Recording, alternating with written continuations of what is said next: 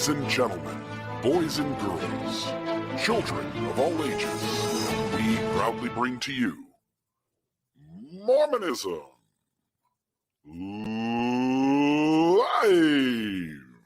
Shut up and sit down.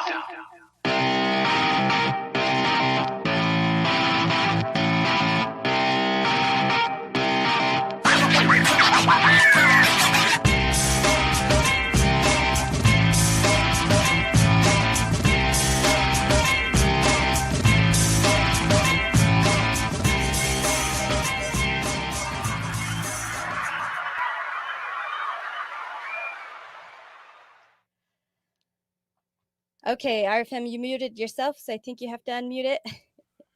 Hello, everybody. Good evening. How are you doing? It looks like we've got the same normal crowd here. Oh, and it's a rowdy crowd, too. A rowdy bunch. By the way, the more perceptive of you will notice that there's me, there's Maven, but there's no Bill. Maven, where is Bill and what have you done with him? He's doing just fine. Yeah, hopefully he is doing fine. He's on vacation, right? Yeah, the last I heard, he spent a night in Las Vegas over the weekend. Then he made a special trip out to North Dakota for a pedicure. Oh. Not making that up. You can check his Facebook page. He has pictures. So I understand that North Dakota, in addition to the Badlands, is famous for their pedicures. That's news to me, but I'm happy for him. Well, I know that you're not feeling super well right now. That's correct. So I'm going to be hopping off and I'll be backstage, everyone. So, yeah, that's it. It's good to see everyone. And I'll be in the chat, though. Yes, she will be. So mind your P's and Q's in that chat, okay? Maven's coming.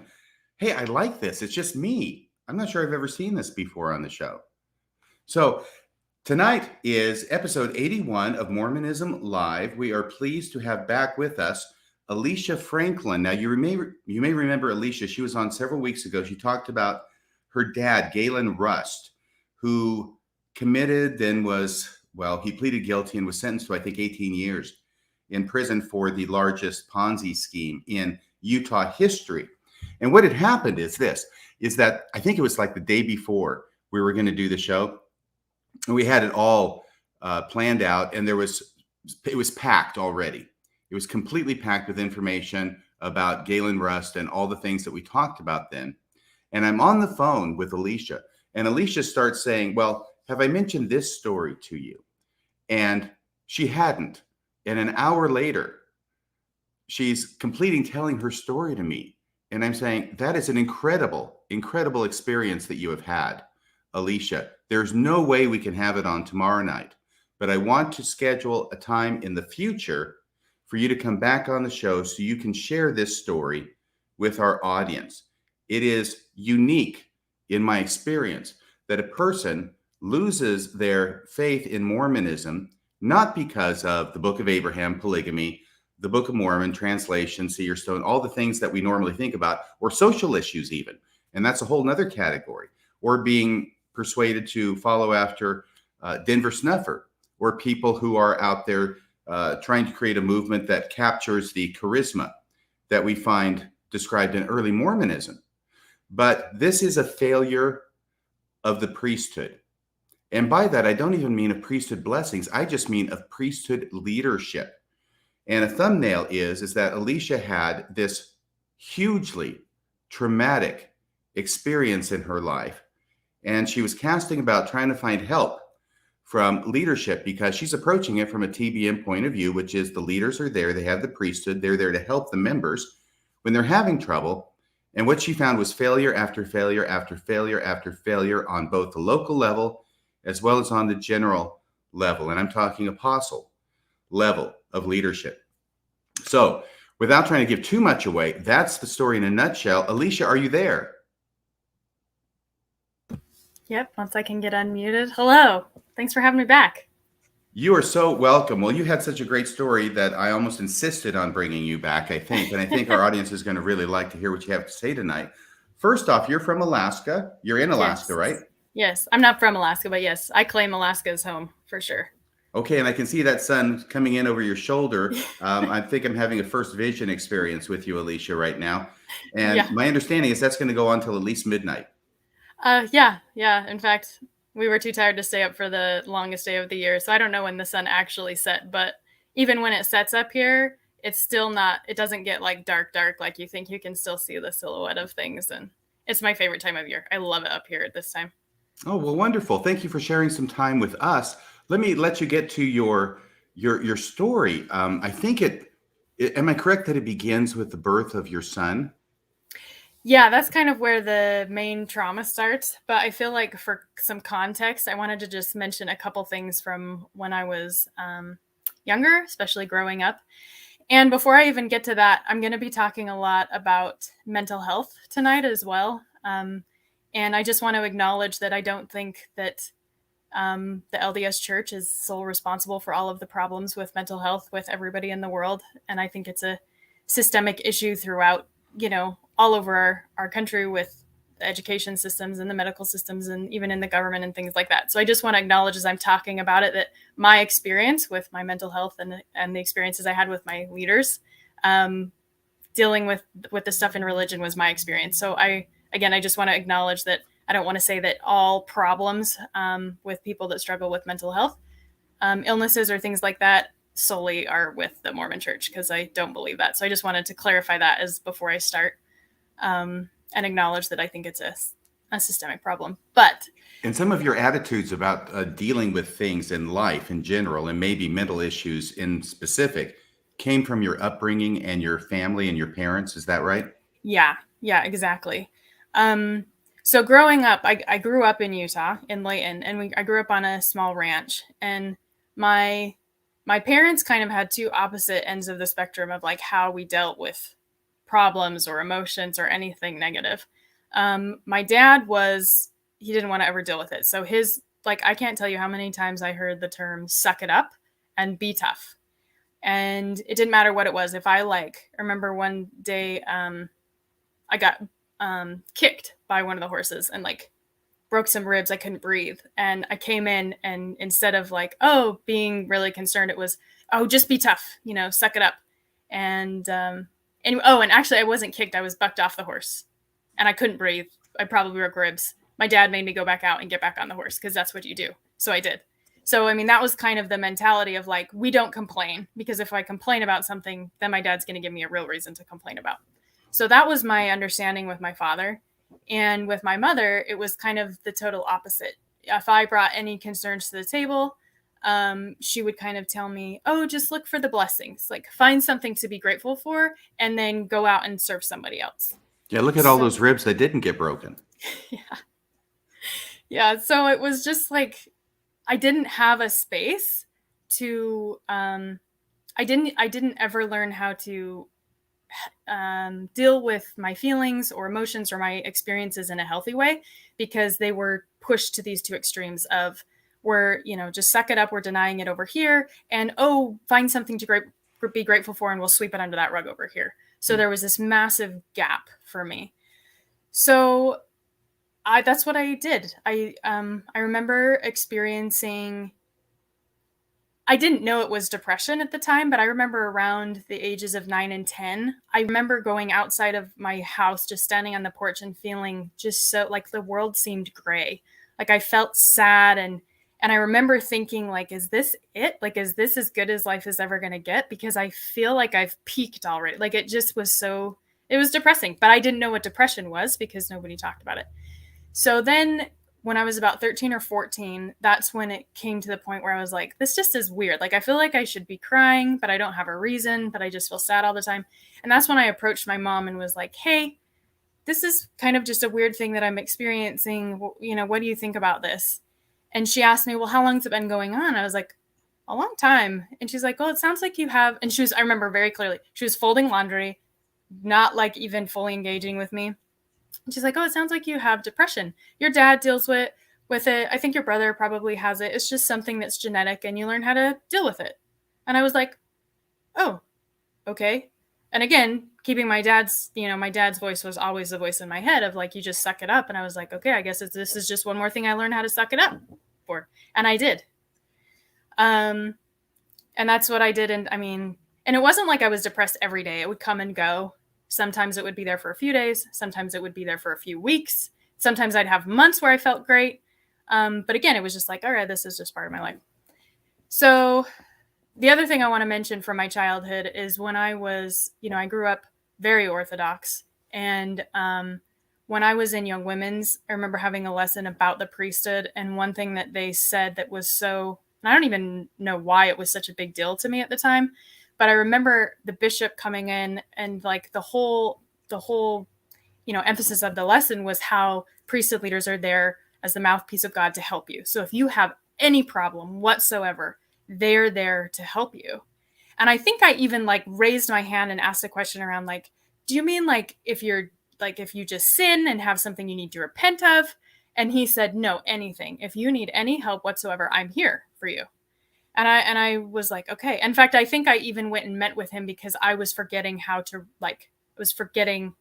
to read my scriptures. So it was like, how can I remember to read my scriptures every night as like a 12-year-old beehive, right? So I went and talked to him about this. So that was like my understanding of priesthood leadership, was that they're there to help me if I'm struggling with anything, and that they are the mouthpiece of God and they can get that direct revelation when I can't get answers for myself. So I feel like that gives some context for me moving into the rest of my story.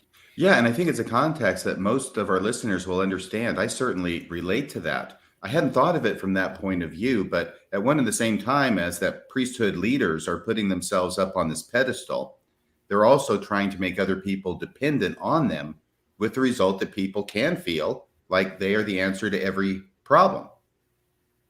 Yeah. So going through, I graduated high school and I went to college, and like this whole time I'm just dealing with my depression.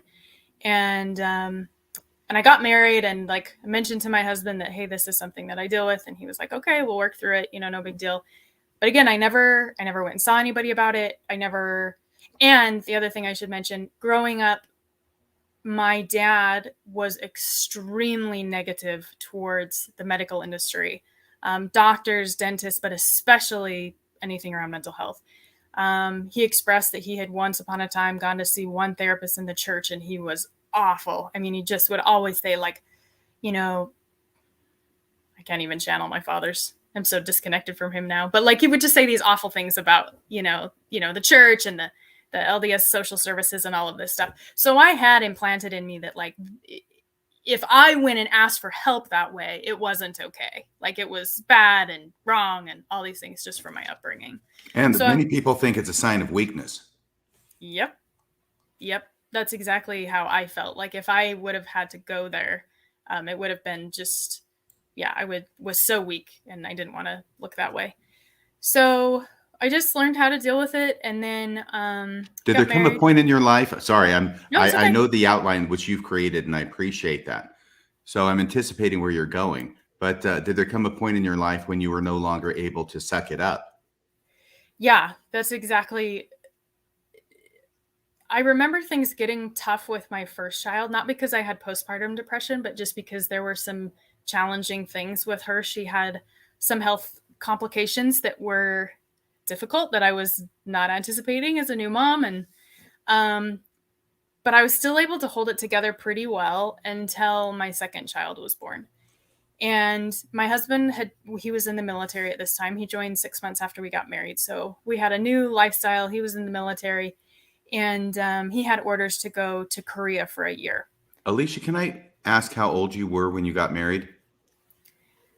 I was 4 days shy of turning 21. I was 20.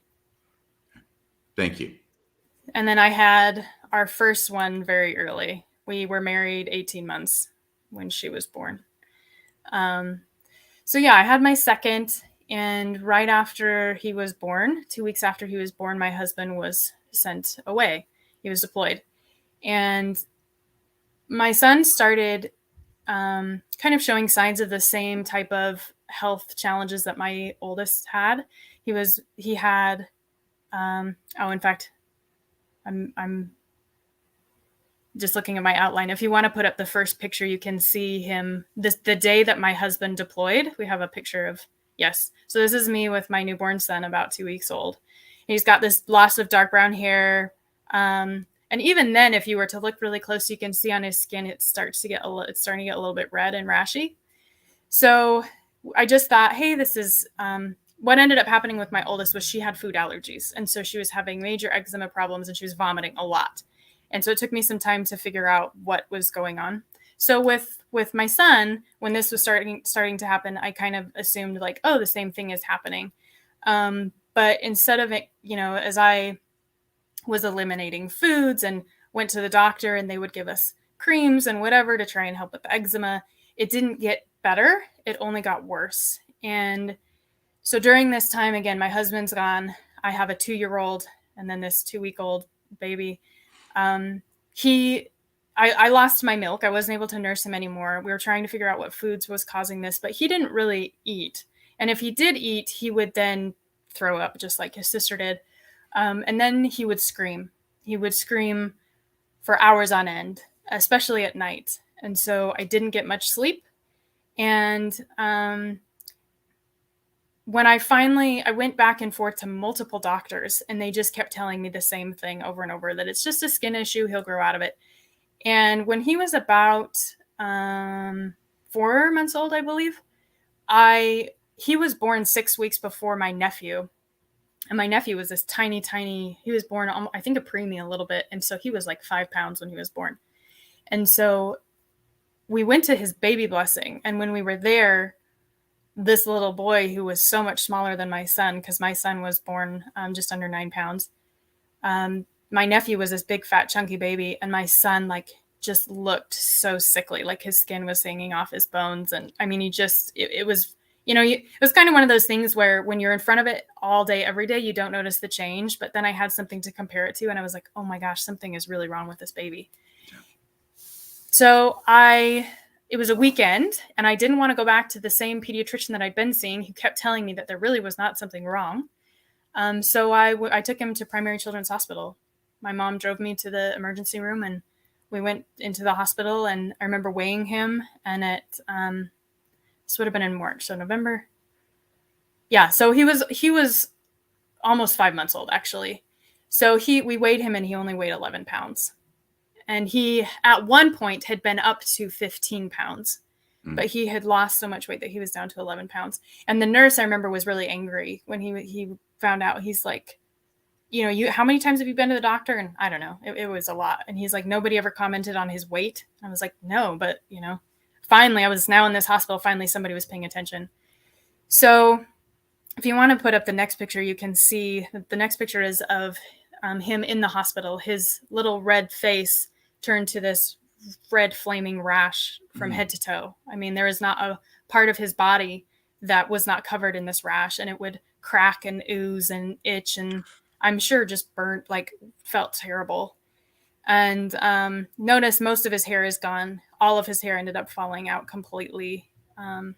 So we went to the hospital and nobody really knew what was wrong. The doctors did a bunch of tests and realized that clearly he was malnourished and his weight was really low. And so they were running all of these tests trying to figure out what was wrong. And of course, because my oldest daughter had some of these things, I had, looked into some ways to help her. And because again, I didn't love my pediatrician, but when you're in the military, you don't always get to choose what doctors you use. So I was looking into some other options to help her. And so I was doing some alternative things. One of them was making my own formula because she was allergic to everything that was a store option. And I was making my own formula for my son as well, because I knew that worked for her. And I thought, well, if he's got similar things, it'll work for him. Well, the hospital didn't like that. They didn't like that I was making their own formula. And while I was there being challenged by almost everybody, one of the dietitians came in and directly to my face told me that the reason my son was dying was because of what I was doing to him, by what I was feeding him and how I was taking care of him. And I was devastated. This had been going on for, months now. And I had done everything under the sun I could even think of to help him get better. And nothing was working. And hence why we were at the hospital, and they weren't even able to give me answers. But somebody, told me that it was definitely my fault. Yeah, right. They can't give you any help, but what you're doing is wrong. Yes. So that was a little bit challenging. And they put him on IVs and liquid vitamins and minerals to help boost him up. And they put him on some steroid cream. And within 3 days, he had gained enough weight through the IVs that they said, you know what, he's made really good progress. We're gonna let you go. We're gonna send you home. But we're gonna have you follow up with the NICU doctor. So I took him home, and within a week, he had lost all the weight he had gained plus more, and his rash came back with a vengeance. So I think we have one more picture now that shows this was after we got home. See how tiny he is. I mean, he's just totally deteriorating, and he doesn't look that bad because the camera's far away, but he's still got that rash all over his whole body. So that's when he was at five months old. We're now home from the hospital, but we're going back and forth to see a NICU doctor just to continue to get help, even though he wasn't a NICU baby. So to try and make this really long story short, I ended up going in multiple times. We tried all sorts of different formulas. Nothing helped. He just kept losing weight. The doctor there told me that I was most likely going to have to plan a funeral because he was losing weight so rapidly and we could not figure out what was wrong. And she said, is there any way you can get your husband home from his deployment so he might be able to be there if this happens? And that was like the most devastating news I was like, I mean, it was so surreal. And so I got a hold of my husband again, the time difference. He's in Korea. Not that we could talk all the time anyway, but I got a hold of him and he said, go in and fill out this paperwork so I can come home. And I had to go to the base anyway. So I went through the process of filling out the paperwork to get emergency leave. And somehow through this process, there was a woman who thought that I was starving my son to death so that my husband could come home. And she called Child Protective Services. And then she reported it to somebody on the base who then contacted what's called the Family Advocacy Group. And they also opened a case against me because they believed that I was not a fit mother to take care of my child because of what was happening.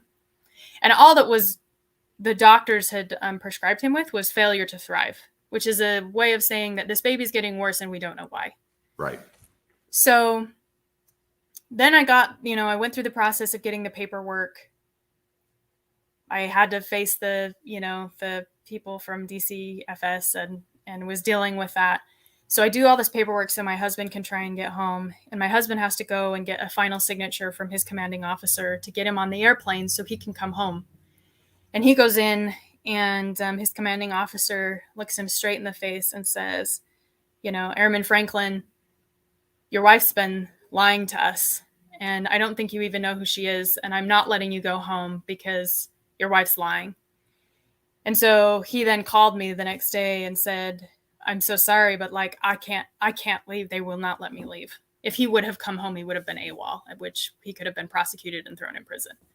Right. So I'm just all of this is happening. I'm trying to figure out how to keep my son alive. I have a 2-year-old daughter who's just being passed around all these different places who has her own health issues to deal with as well.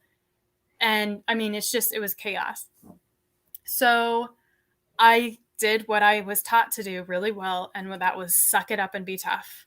And so I shoved all of it away and I did what any mother would do. And I gave everything of me to make sure that my child survived. And thankfully, bless a dear friend, called in a favor to get in to see a naturopath who was the first person to actually give me some answers about what was actually happening with my son, which in essence, his small intestines had shut down. And so even though he was eating, he wasn't absorbing. So he would eat, but he was still starving to death. So we did a bunch of things and put him on some really intense vitamins and minerals and there were lots of things. And it was a very slow, arduous process, but he did recover. So I think we have a picture now when he's a year old. And so that's my son at a year old. In fact, probably a year and a month. He was just to the point where he could sit up by himself. He was not walking. He was not, in fact, I don't even know if he was crawling by this point, but he could finally sit up by himself. So it took a really long time. And if you look at that picture closely, you can still see he's got some blemishes on his skin, which he had for years. His cheeks would be pretty rashy and on his arms and some parts of his legs. So it was a long time. So once I got the state to realize that I wasn't trying to kill my son and we fought the Air Force. Thankfully, I had to hire my own attorney because I couldn't use the free services through the Air Force because I would have been suing the Air Force.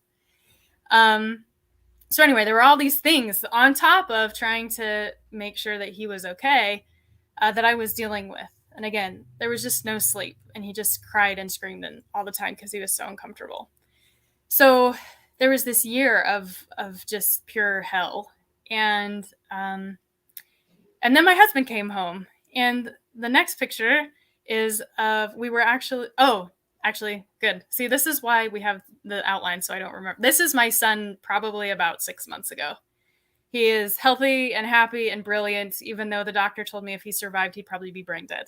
My son's not brain dead. He is a freaking genius and is going to probably control the world sometimes. He's fabulous. So, I'm so glad to hear that. I remember when you were telling me the story the first time, and I had to interrupt you and say, is there a happy ending here? I mean, where are we going with this story? Is it to the graveyard? I know. It's again, when you go through something traumatic, your brain like places things in such a weird way. So I'm glad we had this picture so I could, yes, he is fantastic. Physically very healthy. Mentally, we still have some trauma that we deal with, and he is working through that. But yes, fantastically healthy little boy. So at the end of this year, my husband actually got to come home 2 weeks early, and he surprised us. So this is in front of the Bountiful Temple.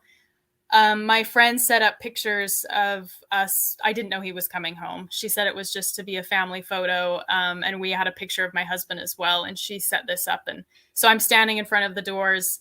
That's what that first shot is of. And then the doors open and I see my husband. Whew. And clearly I got really emotional. And in the third frame, you can see that I dropped one of my 2 children because it was one of those moments where it was such a long, traumatic, terrifying experience where I was just in fight or flight all the time, just figuring out how to survive, that when I finally saw my husband, I collapsed. Like I physically collapsed. I couldn't even stand up. So then the next picture. So there's snow on the ground there. Is that snow? Yes. So he came home.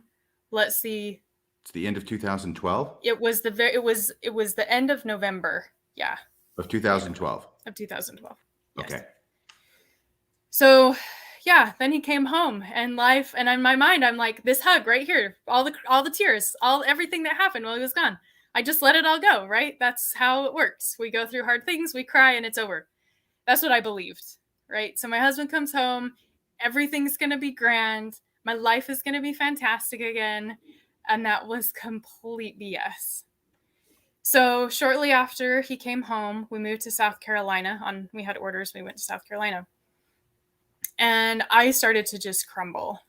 And mentally, I was just having a hard time functioning, even getting out of bed, because I wasn't just dealing with depression anymore. I was now dealing with severe anxiety. And I didn't really understand it because, again, nobody had taught this to me. It was not talked about in my home. And there was it wasn't something that was talked about at church or at school or anything. It was so weird.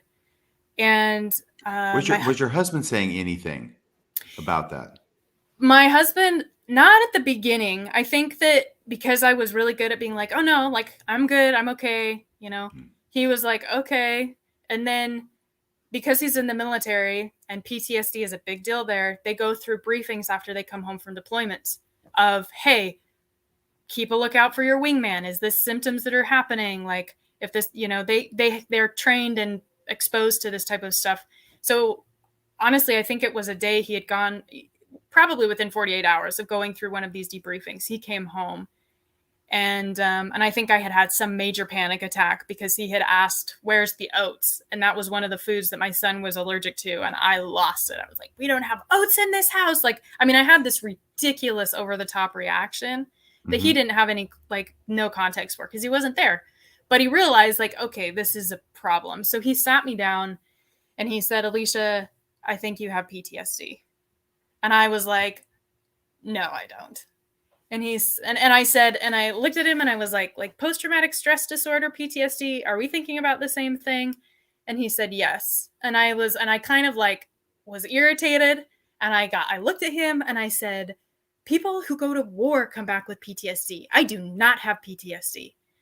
And so I just went into this really deep denial because I couldn't be weak by me acknowledging that I couldn't suck, like I had overcome everything by sucking it up. So the fact that this thing I couldn't handle was awful. But then on the other side, if I did admit to it, I didn't have a clue where what was I supposed to do? I had no idea. Like, what do you do about this stuff? So I dealt with it. My husband encouraged me to go see the chaplain on base, and that was a struggle. Like, I finally did it, but it was like terribly. I mean, I was just like hyperventilating the whole time. I could barely talk because the fact that I had to talk about what happened was so horrific. And he actually, after talking to the chaplain and realizing that, okay, like maybe this won't kill me, he convinced me to go talk to our bishop. So with bishop number 1, there's going to be a list in this story. With bishop There's at least 4 bishops in this story. Yeah. With bishop number 1, I sat down and again, like, was just terrified to even talk about the details. So my husband shared a lot of the story while I was just kind of in the room. And then essentially I kind of said, like, you know, I need some help. And to be truthful, he was, I appreciated his response. I was in so much trauma that I can't like remember everything accurately, but I know that he said, I will make some phone calls. I will look into this for you. But, and I probably subconsciously did this on purpose, I went and saw him weeks before I knew we were getting transferred. So I may have self-sabotaged this on my own by like saying, I don't want to deal with this anyway. So we left before I could ever get help. So I don't honestly know if that bishop followed through or not, but he gave me a positive response in that moment. How many weeks were you there after the meeting with the bishop? It couldn't have been more than 2 or 3. Okay. And in those 2 or 3 weeks, did you hear anything back from the bishop following up on that? No.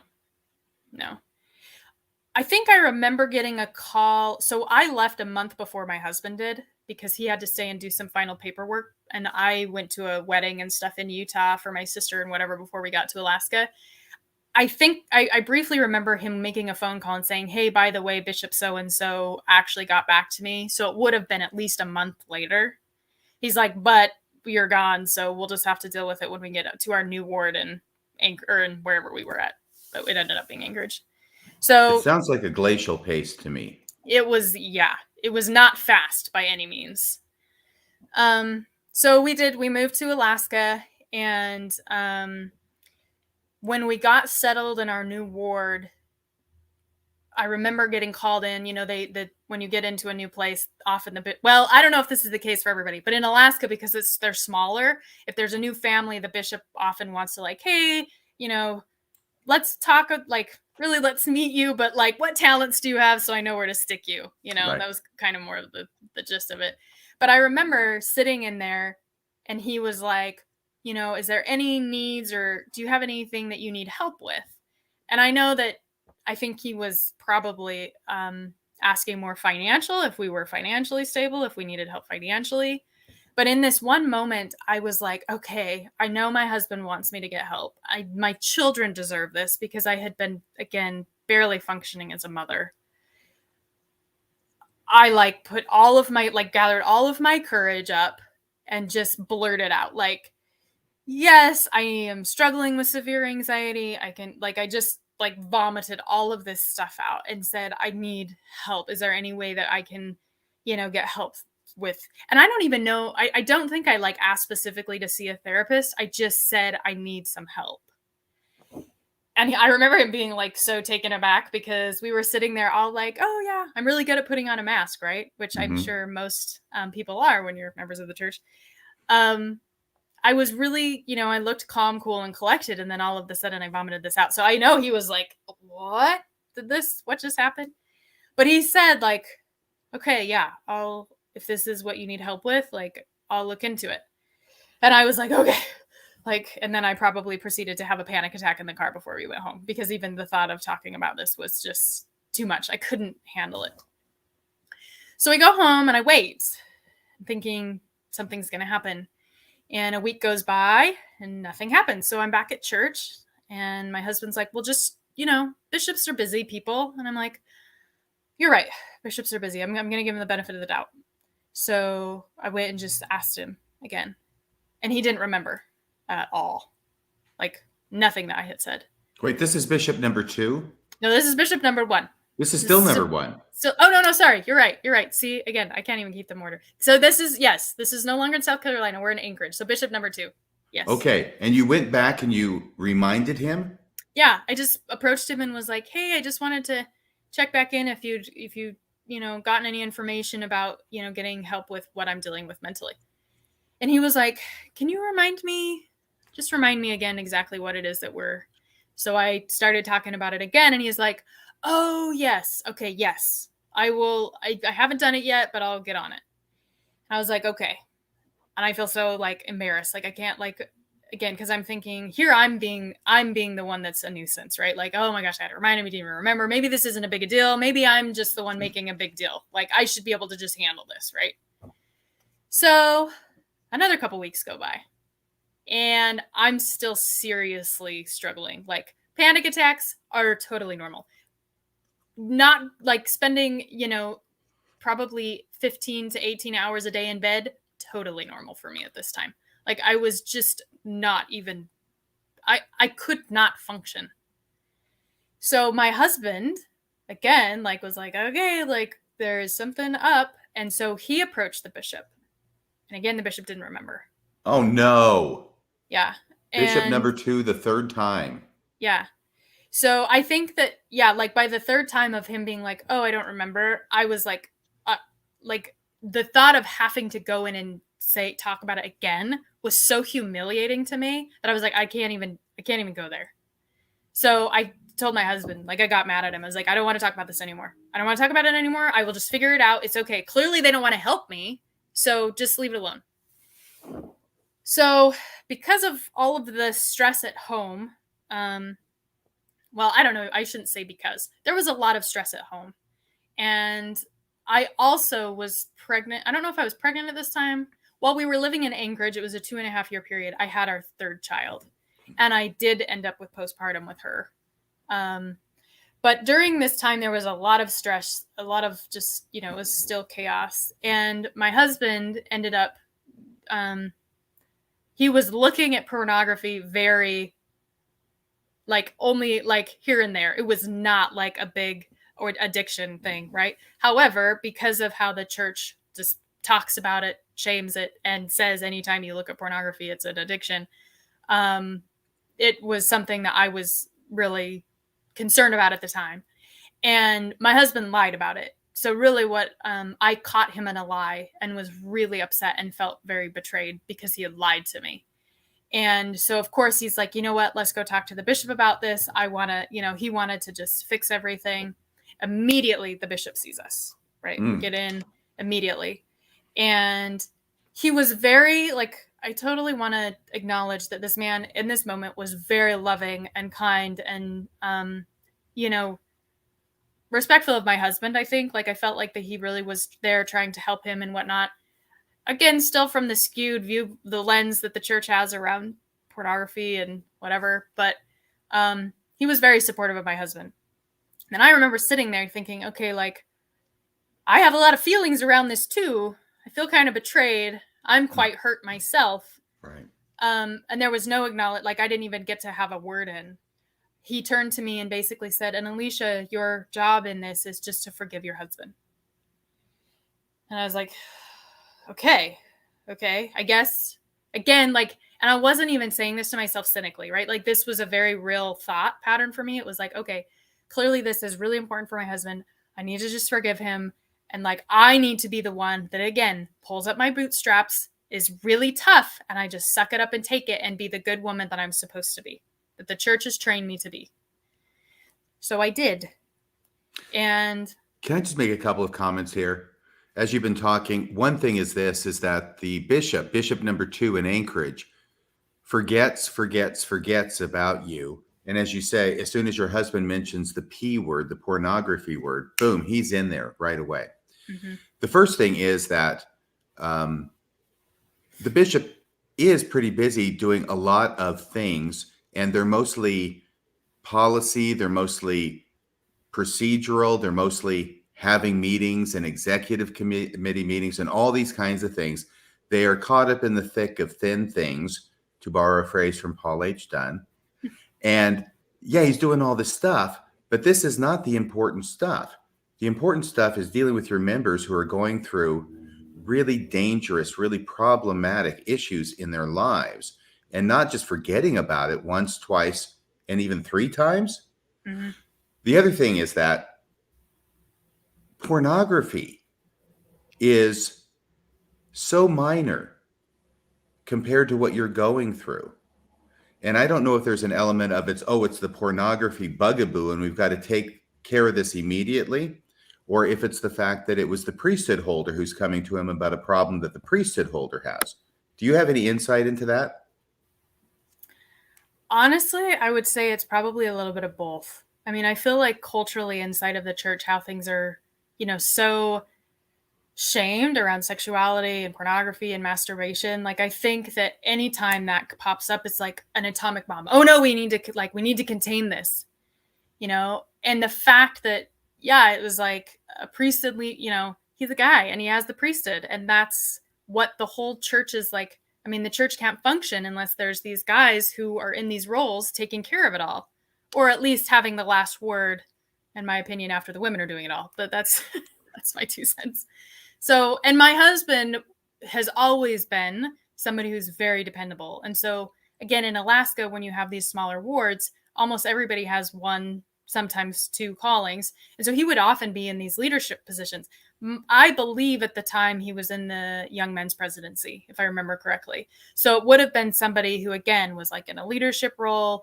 And so, yes, like we want to help, we want to take care of this. So I think it's a mixture of how church culture has just really blown out of proportion in a super unhealthy manner, how they deal with things around sexuality and masturbation and pornography. And then, the component of my husband being male. I do see a similarity between the bishop not even remembering your severe emotional and psychological problems versus you in there with your husband.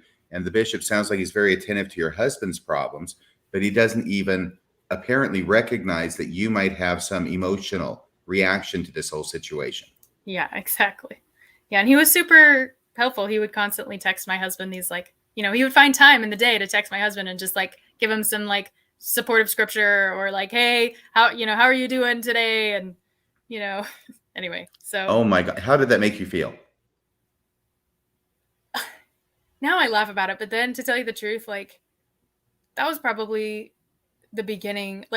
I went into such a dark hole then, and I kind of made a vow to myself internally, I'm not going to ever talk about this again, because clearly nobody cares. I've asked for help and nobody cares about me. And then I also downplayed what happened. I thought, I really started to think, I must be making this up. I must be making this worse than it is. Because my husband, who really was not, in my mind, I'm like, the lie was a big deal to me. The lying was a big deal. But what was going on and how it was getting treated, I was like, well, apparently that's a big deal.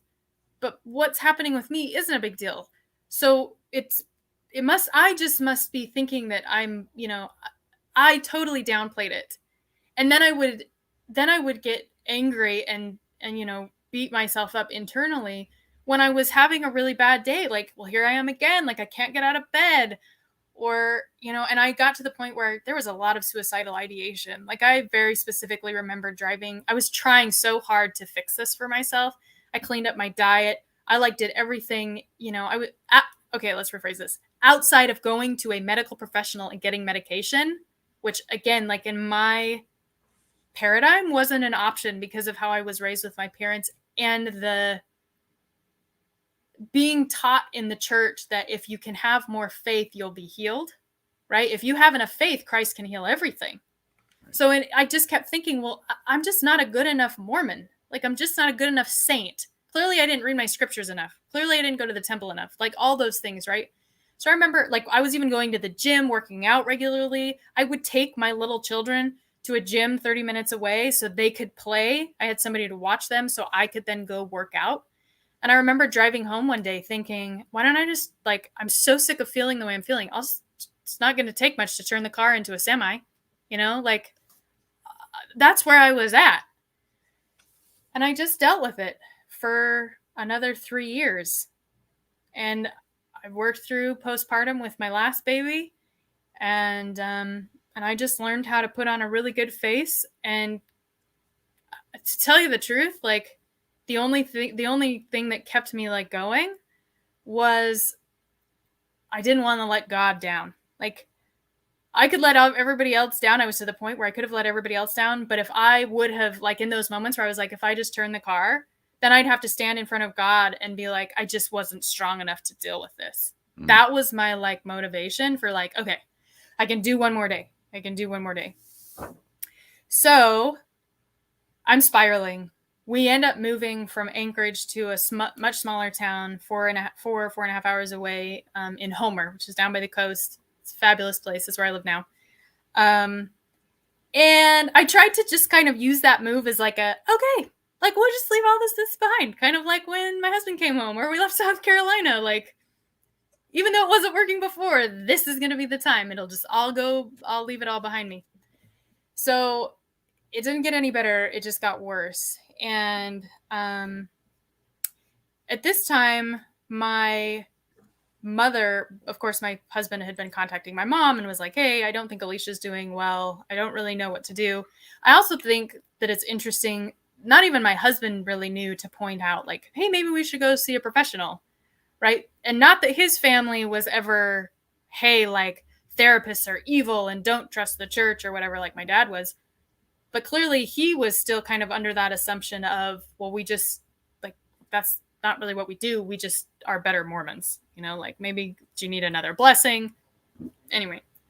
So were there a lot of blessings being given to you and also to your boy during this time? Or during the time he was not well? Probably. I remember getting a blessing from my dad and my brother at one point when I thought I had Epstein-Barr when I was in college, and I thought I had a relapse because I physically could not get out of bed one day to take care of my 2 children by myself. So my brother and dad came and gave me a blessing that day. I remember that. Which knowing my dad now just is like, wow. But Can I ask you another question? Yeah. Did you modify your behavior? You talked about going to the gym, doing all these things, changing your diet. Did you also double down on scripture reading, prayer? Oh, yeah. Oh, yes. Yeah. Scripture reading, like I was obsessed. I was like going through every line, and you'll see here in a minute how this gets kind of crazy. But like I was going through every line, like word for word. And what does that mean? And how can I interpret this? Like I was trying so desperately, like to get better. And I talk about praying. Like there was one night or one day, it probably was like late morning because my husband was gone and my kids were downstairs. I probably put a movie on or something. I remember in my bedroom on the ground, like screaming up to God, like I have done everything. I have done everything you have asked me to do. Why will you not just like, I just want to feel better so I can go down and take care of my 2 kids. Like it was such a struggle. And again, it was this, if I'm sure those of you who have experienced trauma, like it's a compounded thing. I mean, when you have depression and severe anxiety, and then you're bouncing from like, having panic attacks. I mean, it takes a huge toll on your physical body. And so it wasn't, and I think this is a struggle for those who do not experience mental health. When you're on the outside, like my husband was, it can be really easy to seem like, why can't you just snap out of it? Like, why can't you just like change your mind and, put a smile on your face? But like, it's a real physical thing. Like you can't just snap out of it. Right. And suck it up. Yeah. Yeah. Even though I was trying, I was, of all the people on the planet, I was doing the best I could. Yeah. I would have made my father proud in that moment. And anyway. I'm taking it that you're doing all this stuff with the scripture reading, with the prayer, in order so that God will heal you so you can do the things that God wants you to do, like take care of your 2 children. Exactly. Because the whole purpose of me being a woman is to be a mother in Zion, right?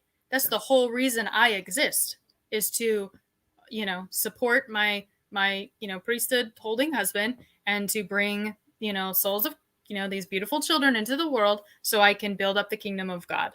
Like, yeah, it was. And going to church every Sunday, I would hear talks about, how you get blessings for being faithful and like, all the things that we hear. And I would immediately apply it to my circumstance of mental health. But again, at the time, it was just, instead of acknowledging that, oh yeah, I really do have post-traumatic stress disorder. I really am dealing with depression. I really do have some severe anxiety. It was, I just really am not strong enough. And that's really pathetic. Like, Alicia, come on. Like, you can do better. You can do better. And anybody can always look at the church and say that because the list is unending. Right. At any point, I could have picked up a talk from a previous prophet and read it and found one more thing that, this priesthood leader who, if he was a prophet, that means anything he says is equal to a commandment. So I haven't been doing this. That's why I haven't been blessed. That's why I'm still struggling, because it was this never ending list. So that's what I was doing to myself. So you're not the only one, by the way. And also, I think it just occurs to me that Bishop number 2, the reason he didn't have time to get back to you is because he was dealing with all the pornography problems of the priesthood holders in the word. That's what it was. It wasn't just her husband. Yeah, I'm sure. Was it around this time, by the way, that you happened upon a video presentation by Elder Holland? Honestly, like, when I was in Homer, it was probably around this time. I can't remember if I saw this first or my mom introduced me to a podcast by Michael Stroud. And that was kind of a big deal too. But the Holland thing, I think, came around the same time. Okay, well, with that caveat, let's pretend it came first or around the same time. We'll go to it first if that's all right. Because would you please introduce this? Because you are in the depths of despair. You have no hope, or any hope that you have comes from increased faithfulness, increased scripture study, increased observance of the commandments. It's not working for you. And there is a beacon of light that you see in something that Elder Holland said.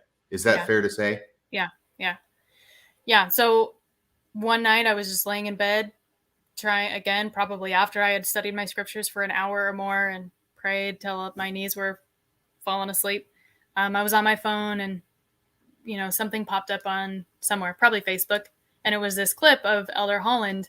And he was talking about, I think the concept of like that everybody has to go through their own Gethsemane. And he was really emotional. And I think this was also emotional, Elder Holland? Yeah. And I think this came out around the same time where he gave a talk, and I used to know the title, but I won't remember anymore. But he talked about this concept of those who are struggling with mental health will have some relief when they're, this sounds terrible, but when they're dead, like on the other side, when we're standing in front of Christ, right? Like we'll finally have relief. So that at the time, that talk was like touching to me. And I think this was around the same time. So I was like really drawn to Elder Holland. So, and this is why. Here is a minute from this. I think the Sorry, Maven. Yeah, this is just a minute from the talk. It's like a 4-minute plus clip, and I've taken out a minute and a half. And I think that what struck me so powerfully about this, I would have had a completely different reaction to this just watching it. But when I'm trying to watch it through your eyes and from the place that you were inhabiting when you saw it, I can see why you would be drawn to this and think, this man gets it. He understands. He can help. Invitation is always come follow me. The early disciples said, where do you live? And he said, come and see. Just come and watch me. You're welcome where I live. You're welcome where I go. You can listen to what I say. Just come follow me. But what we have to be fully prepared for is that some of that journey will be into at least the borderlands of Gethsemane. And at least somewhere in the shadow of Calvary. I do not know any other way that can happen. My convictions and my feelings for the Savior of the world have been born in the most desperate hours of my life. when I wondered whether the sun would ever come up again. Seemed to come up for other people. Seemed to come up every morning for everybody else I could see, but not for me. Now, it isn't always like that, and it's not supposed to always be like that. And we're a little self-pitying if we act like it's always like that. But some parts of the discipleship require that walk, basically his walk. How did that strike you when you saw that, Alicia? God, like even just watching it again, I remember watching that the first time and I just sobbed and sobbed and sobbed because I was like, okay, like this man gets it. He talked about this place of feeling like the sun's never going to rise again. And that like, you know, when he says, you know, things get better for other people, but not for me. And hearing it from a disciple who at the time I was like, he knows Christ, right? I truly believed at this time that like this man sits in the presence of Christ, speaks with him regularly, like, so, okay, then maybe I'm on the right track. Maybe if I'm suffering this much, clearly I'm on the right track because that's what he's talking about, but it still hurts really bad. So maybe if I reach out to him, he'll get it and he'll tell me how, like, so where do I go from here? Like that was kind of my thinking, like hearing his words kind of, I think, validated my own self-destructive thoughts of like, because if I'm really feeling this much pain, if it's really this dark for me, then based off of what he said, I'm doing it right. Because that means I'm one of these stalwart saints who have to go through this like outskirts of Gethsemane, which again sounds so twisted, but like in my mind, I was desperately trying to make sense of this experience that nobody was helping me with. And this man who I had so much, you know, love for, because he's really great with emotion, right? Like, I thought he would get it. And so if we stop right there, because I know you're going to write a letter to Elder Holland, but in order to give context for what you put into the letter, now go ahead and tell us about, is it Michael Stroud? Yeah, Who's Michael Stroud, and how did you stumble upon him and your experience there? So many times when I would talk to my mom and kind of describe how I was feeling, I think that, my aunt sent her a podcast and said, hey, you might be interested in this. So my mom listened to it. And when Michael Stroud was talking in that podcast, he mentioned some things that my mom was like, oh, my daughter's experiencing this. So she was like, Alicia, you should listen to this podcast. And it was all about devils and unclean spirits. And Michael Stroud had, I don't know if he still has because he's been excommunicated, but had kind of a cult-like following. And he was really big into,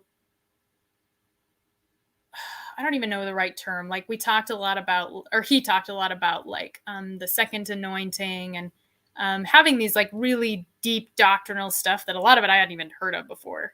There was I'm not even going to remember the book. There was a book that he was really supportive of. And anyway, I'm sure that there are some people out there who know who Mike Stroud is, but he also worked for CES for 30 years and had served several missions. And anyway, so I got this podcast sent to me and I listened to it, and all of the stuff I was experiencing with my depression and PTSD and things like that. Because to tell you the truth, I was without having any understanding of what it was, I would have moments where I would kind of go into psychosis and I wasn't really in my own mind. I would see things, hear things. Anyway, so in his podcast, he talked a lot about devils and unclean spirits and how, you know, that you can be possessed or influenced by these things. And I was desperately searching for something to make sense of my experience so I could figure out how to navigate it and get out of it, that I like soaked it up like a sponge. And at the end of the podcast, he said, if any of you are experiencing or struggling with this or are like, you know, just, I don't know, like it was, if you need help, here's my number. And he literally put his like personal phone number on there. And I was shocked because I knew by some of the things that he said that he had several hundred people like listening to him. And I was like, wow, that's kind of a big deal for him to just throw that number out there like that. So I thought, you know what? I'm going to call him because he offered it up. I'm going to call him. So I called this phone number and left a voicemail because nobody answered. And I want to say within like 10 or 15 minutes, I got a call back, and it was his wife. And she said, Alicia, I just got your voicemail. Like, very emotionally poured her heart. Like, I can tell in your voice and the voicemail that you're struggling, and I'm so glad you reached out, and we want to help. And then she continues to tell me that Mike was, they lived on, like, I don't remember where, Arizona, Nevada. He was driving back from jury duty, and he was in a,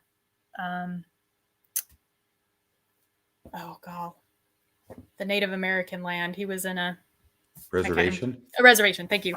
He was driving through the reservation in an area where there wasn't service. So she said, there's no way you'll be able to get him right now, but as soon as he gets home, I know he will want to talk to you. And he did. It was like, took him like an hour or something to get home, and he called me and we talked. Yeah. And it was the thing that was, and probably why I embraced kind of the things that he said too, was here is this man and his wife who didn't know me from Adam or Eve. And they like immediately, and here I am, like other side of the country. I live up in Alaska. We're not even close, right? In close proximity to each other, but he didn't hesitate to call me, to talk to me, to, ask me questions. How can I help you? And, anyway, so he was the one that I kind of clung to for a little bit. I was like, here's somebody that's giving me some sort of support. And then of course we continue to listen to his stuff.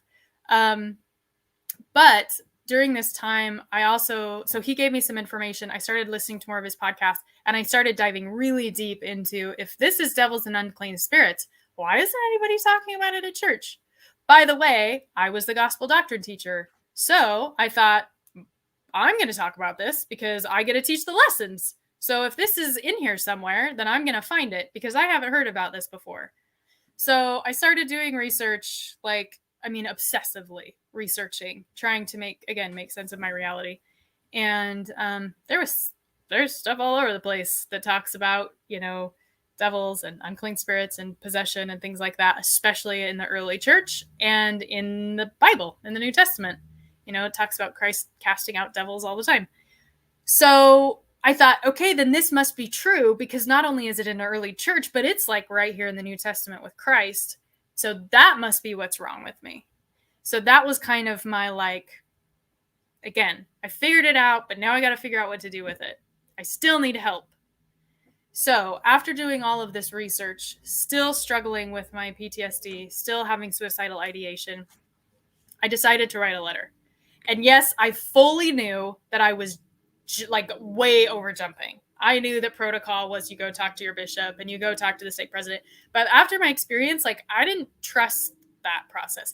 And not to mention, I didn't really care for the bishop in my ward at the time. So in my mind, I'm like, you know what? I believe that God really loves me. I believe that Elder Holland is going to really love me. So we're just going to go there. And he's going to understand. Absolutely. I just saw the video. Yeah, absolutely. So I spent hours, which you may not believe if you actually read the letter, but I spent hours compiling this 8-page, I think it's 8-paged, somewhere between 6 and 8 pages, typed letter expressing my story and listing all sorts of references and quotes and things regarding this must be what I'm experiencing is devils and unclean spirits, because that's the only thing that makes any sense, and I need help. How do I stop this from happening? How do I keep myself safe and my children safe? And I sent this letter off. And I also sent it to President Nelson at the time as well. He was not the prophet, but I sent the exact same letter, one to Holland, one to Nelson. And the reason I sent it to Nelson was because I was just really drawn to him. I think he had said some things in a few of his recent addresses that really touched me, again, around what I was experiencing. And so I thought, you know what, I really admire him. And to tell you the truth, it could have been because he was going to be the next prophet. So I'm like, you know what, he definitely is going to have some inspiration direct from God for me, because he's going to be the next prophet. Alicia, this is a very long letter. We're certainly not going to read all of it. I have read all of it. The first thing I noticed was I didn't see any spelling or grammatical errors whatsoever. And I'm just attuned to see those things, and it's a big pain in the tuchus for many people. But I noticed that, and I immediately intuit that this is an educated person who's writing this letter. I'm trying to put myself in President Nelson's and Elder Holland's position if they ever even read this thing. But the person who did read it, this is not a crazy person in terms of being strange or demented. In fact, it starts off this way. If I can just read the first couple of lines, if that's all right. Yeah, go ahead. Dear President Nelson and Elder Holland, I'm guessing that's because he was the president of the Quorum of the 12 at the time. Yes. About a year ago, I felt very impressed to write this letter to both of you. I talked myself out of it. But then recently, I saw a clip of part of a series that Elder Holland created relating to mental illness. And the Spirit chastised me for not listening the first time, and very strongly and directly told me a second time to write this letter. So here we are. I have suffered with mental illness for years. And then it goes on, and I want to highlight that part. I have suffered with mental illness for years because I think it's important to understand this is what is in the letter. This is the main thrust of this letter that's going to church leadership. It is a plea for help. It's obviously coming from a place of deep pain and long-standing pain. And you go through a lot of the story that you've already told our audience tonight with your son and all the things that happened there. And then you get to the part where you're quoting things from the scriptures and from prophets in the LDS tradition, dealing with unclean spirits, evil spirits, demons being cast out. And at the end, you're asking questions. How do evil spirits get into our bodies in the first place? I know that I'm not perfect, but I do my very best to be obedient and stay worthy of all of the covenants that I have made in the temple. And you go on like that. You have very, very logical questions to ask within this framework of Mormonism's belief of evil spirits. And I think it would probably be broader than just Mormonism. I think it would be Christianity in general, with this belief about evil spirits as it's reflected in the New Testament. Of course, Mormonism picks that up. The first miracle in the Mormon church was an exorcism. And so you ask a few other questions about this. And let's see. The last paragraph. Please give me some guidance and direction on how to keep myself protected, as well as my children, from Satan's power. And how can we begin to have this conversation out in the open, to drag into daylight this hellish influence and unfold it unto the world in all its soul-destroying, diabolical, and horrid colors? Now, of course, that's purple prose, but you're quoting someone else, and probably Joseph Smith on that? It might be Joseph Fielding Smith, actually. Joseph Fielding Smith. There are more than I that just need help. I can't believe that I am the only one asking. Warmly, Aleesha Franklin. So when was it that you sent that letter? There's no date on it that I can see, but can you ballpark it for me? It would have been probably 5 years. Let's see, how old's my youngest? She just turned 8. Yeah, it probably would have been about five years ago. Okay, 5 so or you 6 sent years that ago. off, and I'm guessing with all sorts of hope and expectation and waiting by the mailbox every day for a response. Yeah. I had really high hopes, but I also knew I broke the rules. So I was also, I was aware of that, but I did get a letter back. And What did Elder Holland say? Excuse me. What did Elder Holland say? absolutely nothing. In fact, I don't even know if the letter made it to Elder Holland or President Nelson, because the response I got was from, to tell you the truth, I was so mad I ripped it up and threw it away. It was from somebody in the presidency of the 70. I don't know if it was the president himself or one of his 2 counselors, but it was from the office of the presidency of the 70. And they sent a letter back, and it was like maybe half a page. And they said, we're sorry to hear about your struggles. Essentially, here's all of the primary answers. Stay close to Christ. We will pray for you. And that's what I got.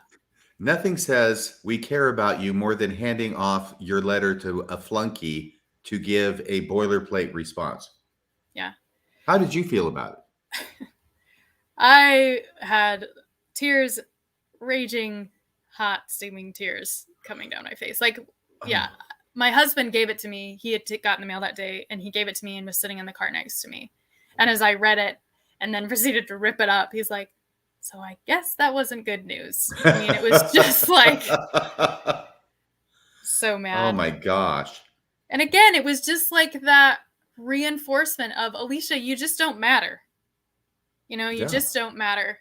And I don't know if any of you watched the previous one about my dad, but like I had a whole lot of bullshit in my life from my father. So this was already a major theme in my life, that I wasn't good enough. And so it was just like piling on from all of these male leaders, just like, here's a gold star for you. Like, keep on keeping on, read your scriptures, go to church, pray. We'll pray for you too. Like, good on you, So my husband was ready to like, okay, where to next? And I said, I'm done. I'm done. Like, this is ridiculous. I'm done. And he kind of respected that. And because he recognized trying to push me just made things worse often. And so I suffered through for probably another, I want to say 4 to 6 months. And then I had another one of those moments where I was sitting in church and had like what I felt like was the Spirit chastising me, telling me that I needed to go see my bishop. And I like had this internal argument with myself, but finally I was like, fine, I'll do it. So can I stop you for just a second? I want to say two things, and I apologize. First off, you're doing a great job telling your story. We're going to go a little bit longer tonight to accommodate your story. We're at the half-hour mark now, and let's see if we can get through the story in the next 30 minutes by the top of the hour.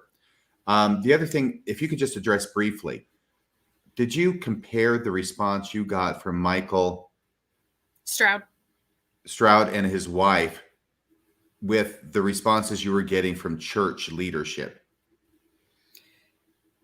Yeah, this is like black and white difference. I mean, there was care and connection with Mike and his wife. There was no, like, I felt like an outsider when I was responded to from the presidency of the 70. It was so like, I mean, even though they used all the flowery words, it was just bullshit. Like there was no care. There was no love. There was no, hey, we really want to help you. How can we help? There was nothing. It was totally empty. Or even though Michael and I can't remember her wife, I feel bad that, or his wife, I feel bad that I don't remember her name, but even though they couldn't like fix it for me and they didn't really have all the answers, at least they cared about me. Like they genuinely were, they wanted to help. Right. You saw that it can be done. Yeah. Yeah. You can show up and be a decent human being and acknowledge that you care and hear that somebody's struggling. Yes, it can be done. Unfortunately, it wasn't being done by the priesthood leadership. Yeah, no, it was not. So I interrupted you. If you could go back to where I interrupted you, which is you felt chastised or somehow moved by the Spirit to go back to your bishop. Is this still bishop number? This is 3 in Homer, right? This is bishop number 3. Yes. So now we're in Homer, bishop number 3. Who I'm not gonna lie, I didn't like have such a great, relationship with him, but I decided to go in anyway because I thought, you know what? It's not about the person. He's been called of God. So I'm going to go and have faith in his priesthood authority. And so here we are. So I was sitting in his office and he, asked me how I was doing. And I was like, I'm not doing well. And he kept asking about my marriage. And finally I was like, look, my marriage is great. I am not doing well. And so I then proceeded to talk to him about some of these things I mentioned in the letter and that I was having. So this is a hard one for me. At the time, I feel like I was being very blatant about like, I'm suicidal and I'm struggling with this stuff. But after reading that letter again, like, just recently, years after I did it, I wasn't as direct as I thought I was. So part of me will also own that I thought that I was saying these things, but I might not have been as clear to him as I probably thought I was being anyway. But I thought I had expressed that I was like, hey, I'm suicidal. Like, help me, please. And essentially his response was, you know what, this is tough stuff. And I don't actually have all the answers for you. But what I can tell you is that Christ does. So if you just hold on to Christ and really trust him, I believe that you'll find the help that you're looking for. And I was like, okay. okay, well, I came in here based off of what the Spirit told me. So that's clearly what God wants me to hear from this man. So I'll take it and go home and do even better. The next, actually, probably wasn't, actually, it was within like 48 hours of me meeting with the bishop. The bishop met with but like cornered my husband, probably at church or a board activity or something. And basically said, so what's your wife into that's bringing this upon? Like, what's your wife doing that's causing this? And my husband was like, excuse me? And he's like, yeah, like, so just what's going on with your wife? And then my husband told, like, there's like, my wife is doing everything she can to be, he kind of told him off and then walked away. But that was my bishop's response, Bishop 3, his response was I was doing something wrong. So once again, I was like, well, I went through this was just the same roller coaster of like, I must not be good enough. I'll try harder. And then a few weeks went by and we had word conference coming up. So the stake president that was in at the time, every year for the past like 5 years, he would come in, and when he would address the Relief Society, it would be gospel questions. So they basically announced in Relief Society, if any of you have questions about the gospel or anything, write it down. We'll give it to President so-and-so, and then he'll address it. And in that moment, I was like, well, he's asking if I have questions, and sure as hell, I've got a ton of them. So you know what? I'm just going to send him the letter. All the questions are already written out with my explanation of why I have them. So I'm just going to give him the letter. So I did. I dear, changed the name. And I think I made a couple of adjustments. So it just made a little bit more sense. I don't know. And I printed it off and I delivered it. And I know he got it because my husband gave it to him at my husband again was in some leadership role and was at the early morning meetings every Sunday morning. And the stake president was there. So he gave it to him. So I just want to underscore this. There's no question but that the stake president received the letter that you wrote to him. Mm-hmm. Yeah. Okay. And I saw him reading it. So because I was the gospel doctrine teacher, I often got there a little early to make sure everything was prepped so that there was, things flowed well.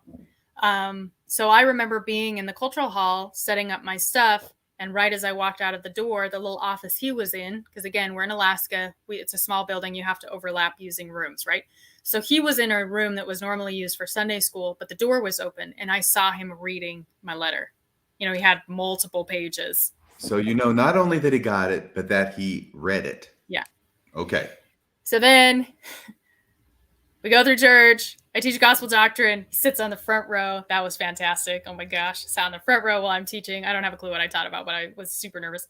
Then we go into Relief Society and he says, I received 5 questions, 4 of them which I'm going to address today in class, 1 of them which I'm going to address privately.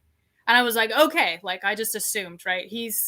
It would make sense for him to address this privately with all of the stuff that I threw out there. And I can't imagine that devils and unclean spirits is something he wants to talk openly in Relief Society about. Right. So and there's a lot of private information that you shared with him about all the horrible things that you're going through. Yes. Yeah. It was quite personal. So I thought, okay, I'm just going to hang out, I guess, after church. Like he said, he wanted to address it privately. So I'll just wait because he's an hour and a half north of me in Soldotna at the stake, that's where he lives. So I'll wait. So I did. I waited a whole 30 minutes after church. And then I thought, you know what? He's busy. He's probably doing temple recommend interviews. He's probably, doing all the things that stake presidents do. He's got my number and email address because I put it on the letter. He'll call me. So we went home. No call that night.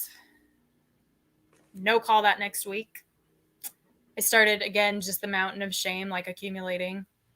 So my husband and mother encouraged me to reach out and remind him. Sound familiar? So I did. I sent an email and I just said, President so-and-so, this is still something, you mentioned that you wanted to address this privately. Like I just want to, reemphasize this is something that I'm still dealing with on a daily basis. I'm happy to meet you wherever, like willing to drive to Soldotna and meet you at your office. Please, just let me know your earliest convenience. Here I am still waiting. Absolutely nothing for a whole another week or 10 days or something. So then my husband gets angry and he calls the number he has, but it doesn't go to the stake president. It goes to his secretary. Executive secretary. And he's like, I don't even remember what he asked, but he got the runaround. He didn't actually get to talk to the stake president because he was in interviews or something. And he's like, can I just verify that this is his actual email address to make sure the email I sent went to the right spot, which it did. And he's like, okay, thanks. And anyway, I think by that time he was like, he got off the phone and he's like, do you want me to email him? Do you want me to email him? I will. And I said, no, please don't. Like, the amount of shame I was like drowning in because of how people were reacting to me asking for help was horrendous. So the fact of like, now I've got to have somebody else ask for help on my behalf. Like I was just, I mean, now it seems like, no, that wouldn't have been a big deal. Why didn't you let your husband do it? But when I was in it, like the thought of, I thought it would, I mean, and there, to tell you the truth, there were times where I wish it would have just killed me. I wish that then it would have just all gone away. So I think I told him not to, you know, I'll figure it out. I'll be okay. You know, go back to suck it up. So I did. And then a few months later, we find out that President Nelson is coming to Alaska for like some big youth fireside, regional fireside.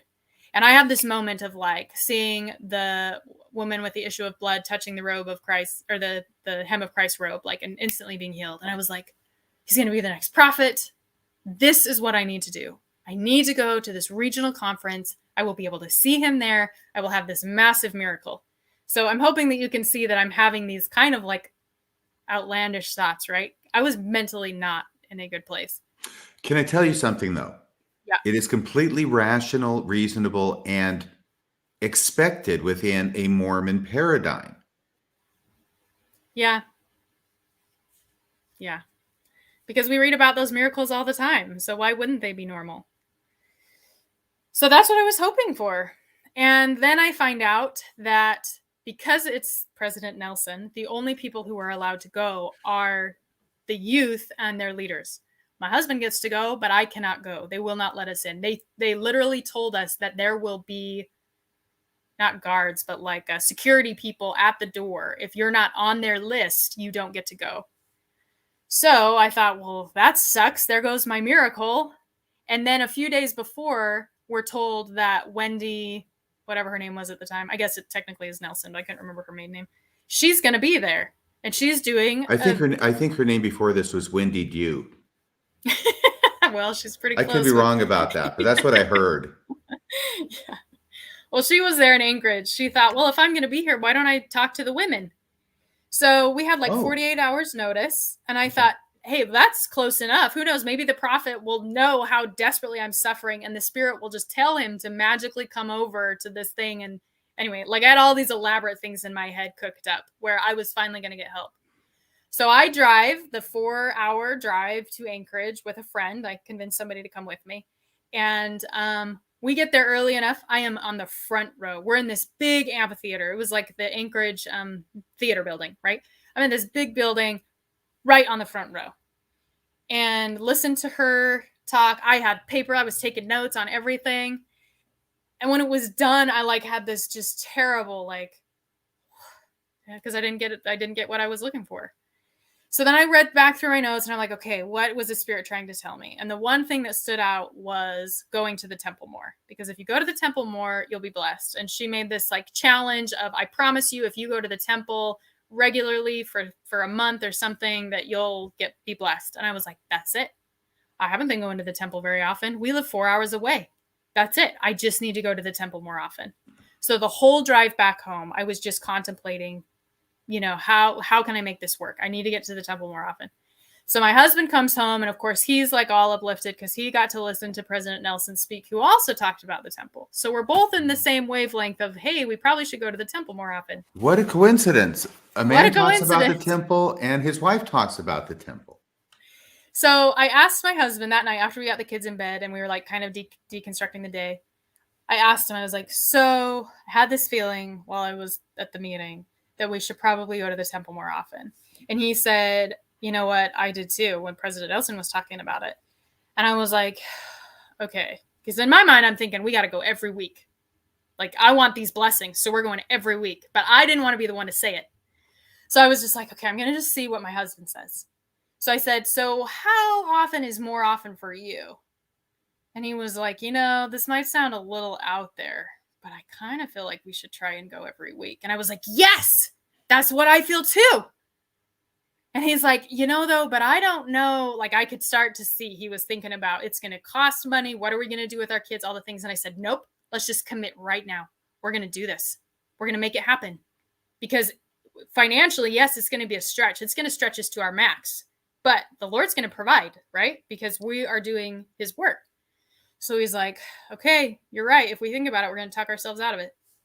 So for a year and a half, my husband and I drove from Homer, Alaska to Anchorage, which is anywhere from 4 to 5 hours, depending on the weather.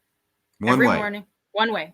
And then we would go for one session and we would get in the car and we would drive right back home for a year and a half every week.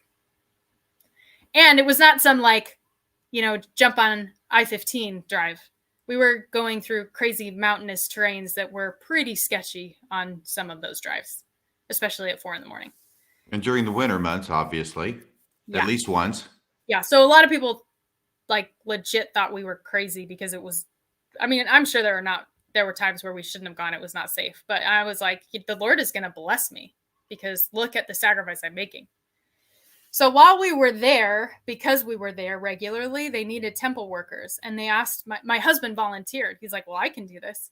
So we go in to sit down with the temple president to check and see if this is going to work. And so he talks to us and asks us some questions. And he's like, well, now you just need to go meet with the stake president. And I was like, you got to be kidding me. And I didn't say that, but internally I was just dying. And he's like, so just call and schedule an interview with your stake president. As soon as he signs off on it, we'll be good to go. We'll confirm you and you can start working in the temple. Okay, so this is the same stake president that you sent the email to, that you verified that he got the email, that your husband called up to try and get a hold of him, only got a hold of the executive secretary, and he still hasn't responded to your email? No, we never got anything. No response whatsoever. And this is the stake president you've got to have the temple recommend interview with so your husband can be a temple worker. Yes.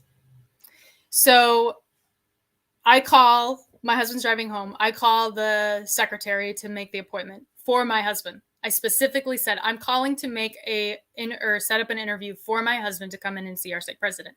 And he said, oh, what's it for?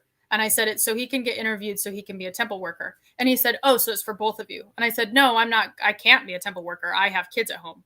And he said, I know that you can't, but when either of the spouses work in the temple, we have to interview both of you. And I was like, you've got to be kidding me. So I was like, okay, whatever. So I set up the appointment and then I raged to my husband about the fact that I was going to have to go and sit in the same room as this man who just totally pretended I didn't even exist. And that's exactly what happened, by the way. We went that next week to the appointment. We were sitting in the chair. The chair is in the hallway waiting for him to come out. The missionary walks out that he was in with. He walks out. My husband stands up. He shakes my husband's hand, says hello, does not acknowledge me, doesn't shake my hand, doesn't look at my eyes, nothing. So we walk into the room. We sit down. He then proceeds to, read a scripture or something. BS's with my husband about his mission for a bit. I'm waiting for him to ask the temple recommend interview questions, right? And then what he asks is about what we do professionally in Homer. And he knew that I worked. My husband didn't. And I worked in a profession that he didn't really like either. So we talked about my work. And then that was it. He didn't interview my husband at all. And then he said, okay, well, thanks for coming in. And we left. And I cried. Did he say your husband has the job at least? No, it was so weird. He didn't say anything. Oh. And then I cried the whole way home. And actually, to give props to my husband, we got to the stoplight because he's like, you know what? We got in the car. He's like, we should go back in and talk to him. And I was like, no, I don't want to do this. And he honored my whatever. We get to the stoplight and he's like, Alicia, I'm sorry. I can't do this anymore. He turned around. We went back to the stake building. But we were the last interview. So the stake president had already left. Mm. So we go home. And I'm just crying the whole way thinking why do I not matter enough for somebody to even acknowledge me? I mean, it was so humiliating for him to not even look at me.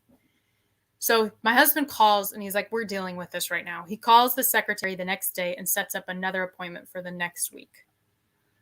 The stake president calls that day and is like, hey, I think there was a mistake. You're on my calendar again. I just want to verify that this was a repeat, that we just made a mistake and put it on the calendar twice. And my husband goes, no, it's not a mistake, President. We're coming back in this evening. And he's like, oh, do you mind like giving me a heads up about what this is about? And my husband says, yeah, it's about the letter that my wife gave you probably 6+ months ago. He says, okay, I'll see you then. So I am like, I mean, my husband had to drag me there. I didn't want to go. I didn't want to talk about it. I didn't want to even be in the same room. But I thought, you know what? I'm going to have my letter there just in case, because I was still trying to give him the benefit of the doubt. Because in my mind, these men are still called of God. I was like doing everything to hold on to, my testimony. And I kept thinking of that scripture about, to expand and widen your stakes, like that Christ goes after the one and leaves the many. Like all of these scriptures were in my head. I'm like, but me, why isn't that okay for me? It's okay for everybody else, but not me. So I went to this meeting and I had my scriptures and I had the letter and I was just like prepared to kind of like answer questions because I figured he'd have some. So we get in there and it was so awkward. The first question I asked was like, did you even get the letter? Which I knew he did. But again, I'm like, but maybe I'm confused, maybe I'm, So he's like, I did get the letter. But then he threw his secretary under the bus and gave all these explanations of he should have done this, he should have done that, he didn't do this, so you didn't get contacted, I'm so sorry, blah, blah, blah. And then he also said, I even shared it with some other people and we discussed it. And I remember sitting there thinking, are you kidding me? You went and shared this really personal information with all these other men and you didn't have the decency to respond to anything that I asked? So then we just for the next hour, we discussed this letter and I expressed myself and he kind of listened and, didn't really have much to say. And then he's like, but, it's getting really late. So, just keep on keeping on, essentially. And we left. And I didn't really even know what to think. But in my mind, I'm like, okay, at least it's over, right? At least it's just done and over with. So we go back to the temple. Sorry, go Alicia, ahead. Yes. I just want to ask you something. Has anybody, whether it's Bishop 1, 2, 3, or 4, stake president, Apostle 70, has anybody mentioned 2 words to you yet called professional help? No. Nobody has suggested that maybe you should get some professional help? No one. Okay, go ahead, please. So we go back to the temple the next week and I'm finally thinking like, okay, I'm moving on with my life. And every time we would have this 8 to 10 hour drive, depending on the day, we would be listening to Michael Stroud's podcasts and we would discuss them. And so I'm finally to the point where I'm like, okay, I feel like I'm doing a little bit better. I have some information here that's making some sense. I'm reading some books and, basically feeling like I have some sort of support, but I'm not getting any better. I just, in my mind, I'm like, oh, somebody's on my side. So we would be listening to this stuff and whatnot. So we get to the temple and the next week, the president guy, somebody from the presidency pulls us in the office and I'm thinking they're going to set my husband apart to be a temple worker. So we go in there and he starts like, I don't know, humming and hawing around a little bit. And he's like, just for whatever reason, like we can't set you apart today. And I was like, okay, that's weird. And my husband's like, well, why not? And he said, well, your stake president still has a few concerns. And he's like, he wants to have another interview with you, meaning my husband. And he's like, really? Because we just met with him this last week. He said, I know, I got a call from him, whenever. And he said he wanted to just meet with you again. And so my husband's like, okay. And we leave, and I got so mad. We left the temple, so I wasn't yelling in the temple. I yelled once I got out of the temple. I was like, this is so, like, he wants to interview you? I said, BS, like, he wants to interview me. This is all about me. The reason you're not being allowed to be a temple worker is because this is all about me. So we go back again to see the stake president. And then he proceeds to berate me about being a follower of Satan, and that I need to stop seeking after Satan and turn back to Christ. And he twisted every quote and every scripture that I had linked into or addressed in my letter and spun it against me. Well, So you're that- just quoting scriptures and the words of the prophets. Exactly. So that night when we got in our car and I was driving home, in the middle of that interview, actually, or whatever, who knows what to call that thing. I remember getting this like distinct feeling like this man is lying through his teeth. And I got in the car and I looked at my husband and I said, I'm just curious, how did you feel that went? And he said, I feel like he was wrong. Like, I feel like everything that he said was wrong. And I was like, great, I'm glad we're on the same wavelength. So when I was driving home, again, it was an 1.5-hour drive. So I had a lot of time to sit and think and cry some more. But that's when I started looking at all of these things and thinking, wait a minute, like, what? Like, this is when the priesthood started to fall apart for me, because I thought, isn't it supposed to be about my heart? And why am I not important enough to fight for? And if this man is really called of God, then why is he telling me all of the stuff that the Spirit told me was true is bogus and that I'm the problem? And if he's the one lying and not actually quote unquote worthy because he's saying what he wants to say instead of telling, like, I was just going all, then why do I even need this? Like, why do I even need to have a priesthood authority if President Nelson says I can go straight to God and have personal revelation? So it just started to fall apart for me. And especially knowing the way that I was treated, because I still had this really strong belief that God loved me. So if God really loved me, then what the hell is going on with all of these men? And the priesthood, this isn't true for me anymore. So that happened before I found out about my father. And so the final nail that kind of hit the coffin for me was when I learned about all of the lies of my father, who, maybe for those who haven't listened to the prior episode we did, essentially my father, created a $200 million Ponzi scheme and cheated over 500 people out of loads of money and had a double life. Had affairs with women who blackmailed him, cheated on my mom multiple times. I could go on and on. But my father used the same tactics. He was like the priesthood authority and he had the last word and he had this connection with God. And so he used the church and his, as a way to manipulate people, but also manipulate us at home. And that's when I just started realizing, I don't want to do this anymore. I don't want to defend my dad for all of his lies. And I don't want to defend these men who don't care one lick about me, but I keep giving them the benefit of the doubt because they've got the priesthood and they're in a position that God called them to be in. And I finally just let it just all fall to the ground. And I did try to for a long time figure out okay, there must be a way to plug these holes. But the more I started looking into it, especially when I started to read more history, not because I was into church history, but I wanted to understand the priesthood more. And that's when I started learning, wait a minute, I've been a gospel doctrine teacher for years in multiple wards. Nobody's ever told me about the truth around the priesthood. Aaronic or Melchizedek. We're just telling these stories that are not actually accurate unless you actually get into the anyway. And that's when I realized the priesthood, for me, I realized the priesthood is just a sham.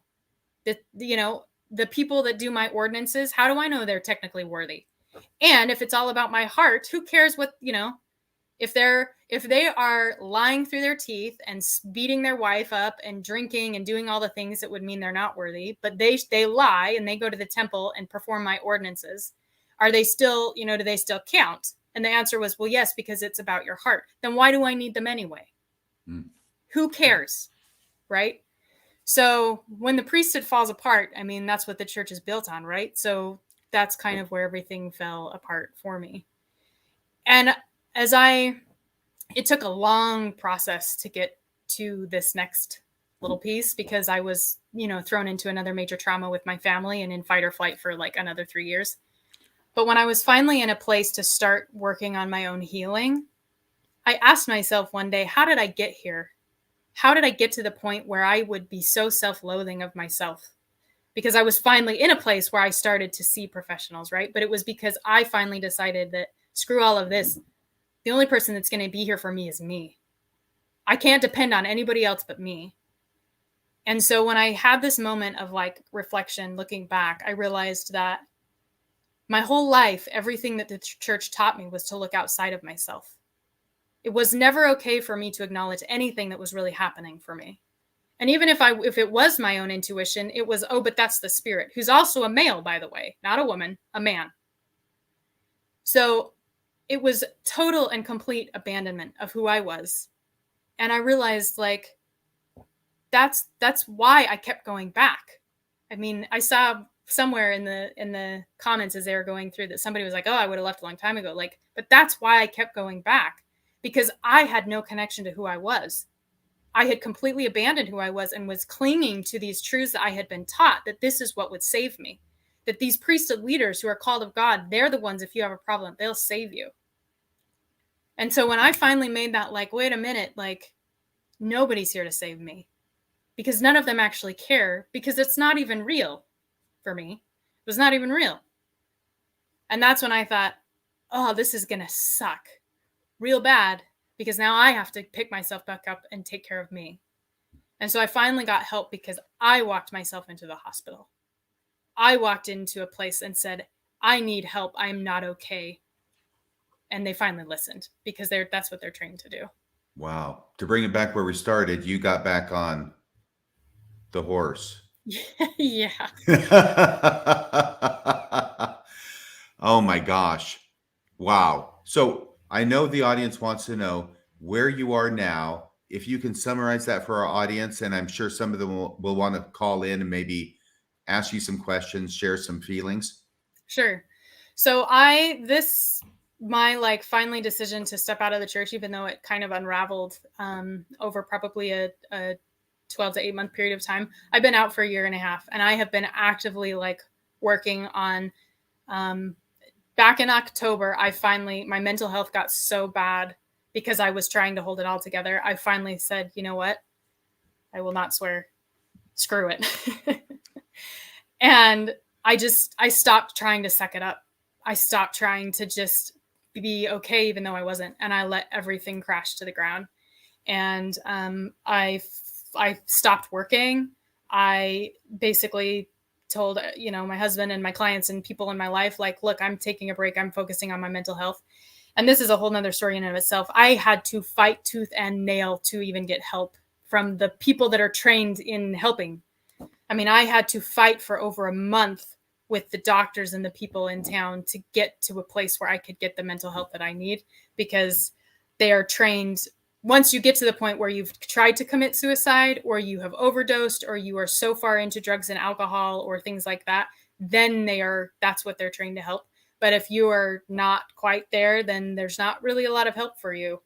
So I fought to get into a place, and I was able to go to a recovery home for 6 weeks to just, honestly, to get sleep. That's the biggest thing that I did. And I had a fantastic psychiatrist who got some medication to help my nervous system come down long enough to where I could actually process some things. And I still go to therapy regularly, and I am consciously working at creating the life I want, because I left this life that I knew. And I'm sure for all of those who have left the church understand that just free fall period of like, you don't know who you are. You don't know what's up or down. You don't, it's just crazy. So my whole process for the last, since October especially, has been focusing on me and staying in reality at all costs. That's my motto. I will stay in reality at all costs, even if it sucks. I'm tired of the flowery lies that I got from church and that I got from my father, and I'm not going to apologize or make excuses for them anymore. I'm going to call it for what it is. So I stay in reality at all costs, and I have a fantastic therapist that, gets the whole, Mormon experience and is helpful in that plane. And my husband has been fantastic. So I finally had a space to finally break apart, and people gave me some support and permission to figure out who I wanted to be and what my life wanted to be while I put the pieces back together. So I'm definitely in that. I'm still putting the pieces back together, but I can tell you, I am the happiest and healthiest mentally I have ever been in my 35 years of living. Fantastic. Fantastic. I'm so glad to hear that. I want to ask you one question. This is going to sound like I'm being facetious, but I'm actually not. Did your husband ever get the job as a temple worker? Yes, he did. Does he still have it? Oh no. No. We haven't gone back. He hasn't been back to the temple since the day we left together. The last time we went to the temple was in Arizona together, and he hasn't been back, mainly because of COVID and stuff, but there's not really a reason because we don't go together anymore. Understood. Thank you so much for sharing that story. I've been seeing a number of comments, even though I've been trying to focus on you for this episode. It's been riveting to me, and I know most of the story having heard it from you before. So let's go ahead and let's put up the phone number, which I don't have memorized like Bill Reel does. Oh, it looks like Maven is joining us. Yes. Hi, Maven. Hi there. We've got Colby in the queue. So I'm going to pull him up in a little bit. But I did want to say real quick before we go to him and any other callers. We had someone quite a few of the men in the chat have been very, awesome about Alicia and very supportive. And there's quite a few that are expressing a lot of regret about their own positions in leadership. And so I did want to bring up that part as well. And I know Mormon Stories had a bishop on that kind of talked about also the trauma that they get sometimes because of these stories, which they're not equipped to hear. Sometimes really traumatic stories of abuse or sexual assault, things like that. And so this is another part that sometimes we do pile on bishops, and they do a lot of harm. So I'm not trying to completely defend them, but at the same time, they aren't equipped for this. And they're, just like any position in the church, it's a voluntold position, right? More than anything, it's an obligation and a duty, and you're a bad person if you're not willing to do something like that. So I did just want to acknowledge that. And I just appreciate, I guess, that side of it too, and the regret and the willingness to share the regret from those who are in this kind of positions. So and RFM, anything from you on that? No, I think it's a great point you make. And I think that it bears repeating that we're not trying to make some kind of blanket condemnation of all church leaders. This was a really, really bad string of luck that Alicia ran into. And when you run into so many, Bishop 1, 2, 3, 4, stake president, etc., you start thinking maybe it's bigger than just, a couple of bad eggs. I would hope that in addition to any positive benefit this show might have, that perhaps if there are people in leadership, that they might take this as a cautionary tale and a way that maybe they could up their game by just acting like human beings. They don't have to lasso the moon and bring it down to the earth. All they have to do is act like they care. And remember two important words: professional help. Yeah. And if the church just even put out some sort of training, right? We have to have training when you're around the youth or whatever. But if bishops even just had a training that was enough to say, hey, when you get something that's over your head, there's professionals for this. I feel like if one of my bishops would have been trained with just that much, so many years of suffering could have been, avoided. If anybody is listening to this who is in leadership, one other idea that comes to me is that when a member comes to you and is in obvious distress, or sends you an email or a letter or whatever, where they are going through a bad time, you need to get on the horn right away back to them, and not just wait and wait and wait and then forget about it, or you don't even remember what happened. That's just ridiculous. Just get on the horn right away, talk to that person and say, look, we have resources for you, and I'm going to arrange this, and then freaking do it. And do it then. Do it right then, and get back and put these people together, and then check in on them from time to time and see how they're doing. It's not rocket science. Yeah. All right. Let me go ahead and pull up Colby. Colby in the queue. Yeah. And then the rest of the callers, I think if I mute, I don't know if you'd be able to hear them. So, well, let's see. We'll go ahead and try it.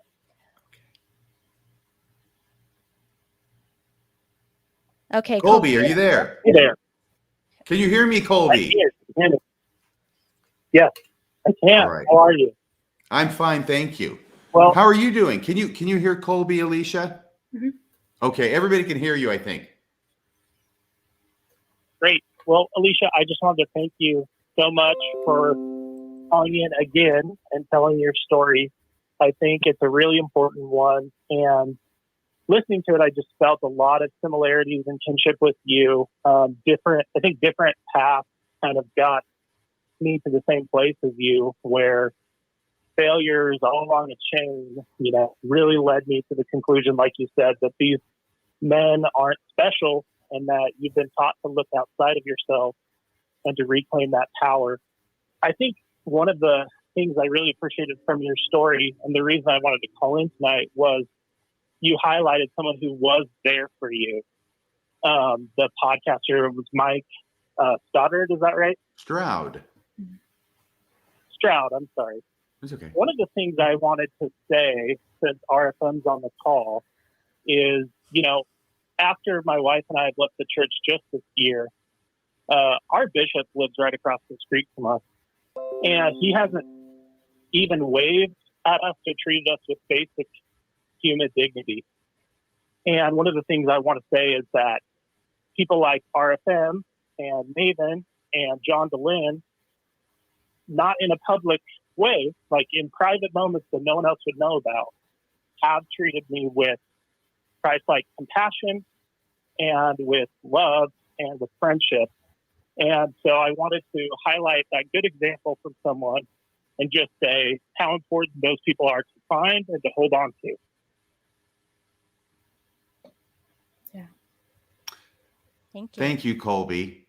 I appreciate that. Of course. Just a little embarrassed, but I'll get over it. How are you feeling, Maven? Good.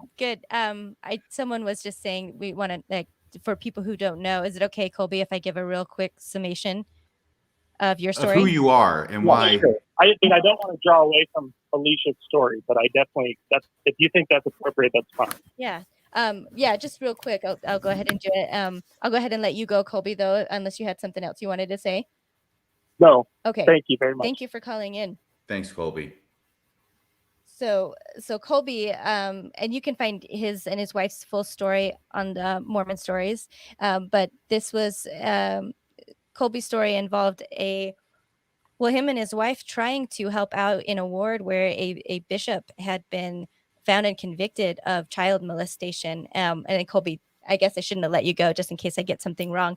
And so Colby and his wife were trying to at least have the leadership address it properly, or even talk to other parents of kids who had been around this bishop to see if there might have been more victims, or to be able to at least have conversations, to give the parents the option to have these conversations with their kids. And they were just kind of blocked and stymied, and it just ended up being really bad, where, of course, people who want to advocate for children unfortunately often end up getting blamed and ostracized from the community. I think the worst thing about it was when the stake president just kind of doubled down on discernment and saying that he felt that bishop was called by God. And then, just in fairness to Colby, he has said that this stake president has recanted that and has apologized, and has gone on to take that back, which is really great. But it's still, that is how it started. So anyway, quite the failure of leadership as well for Colby. So thanks for calling in. Yeah, thank you, Colby. Alicia, so you're not the only one with a systemic failure of leadership. Yeah, I actually, now that you make that connection with who Colby is, I listened to that whole story and just remember, feeling so many of those same feelings and being so angry that, there is something really wrong here. And especially, with children, it just, something's got to be done. That's just all I feel. It's just something's got to be done, because it's unacceptable. It's just totally unacceptable. Let me go ahead and grab the next call. It's going to be live though, so I haven't vetted it. Here we go. Does anyone ever vet our phone calls? I'm not sure. We used to. So I think, is this Pat? Yes, it is. Hi there, Pat. Go ahead. You are live. Hi. You didn't vet, but I'll try not to sound like a crazy lady. Well, first, I am so grateful for you to come and share all of this information with everyone, because a lot of people don't get it. But I just want to say, one time I checked myself in to the hospital, And I had my husband notify, the priesthood and that. And when I got out, I was never contacted by anyone to check in and say, how are you doing? What can we do? And nothing. They didn't even, they not even let me know what you can do, anything. Except for one time I was out with a friend, and she said, I can't understand why somebody with a good life and a good husband would be depressed. And then she says, it just makes me want to slap him across the face. Like, she was really talking about me, but I was so stunned. I usually can come up with stuff, but I was just so incredibly stunned. But the fact that nobody, here you feel like you're dying, and even if you don't get it, if you hear, hey, I'm going under, I need help, and people don't reach out, and you're the bad guy, I just don't get it. And then as to the question of why you didn't leave, at the time when I did leave, I was finally 62. And I had believed the gospel was true. And like you, I believed the priesthood was the power of God. And I deferred to the priesthood. Men are different. They're told they're great guns. They have power. They have stewardship over half the world. Females. But I deferred. That's what I did. And I would ask my husband for counsel, or my home teachers, or my bishop, and wanted to get everything right. Until at 62, 7 years ago, I finally left. And I'm like, hey, I made that decision, and I bought a car, and I didn't ask one man.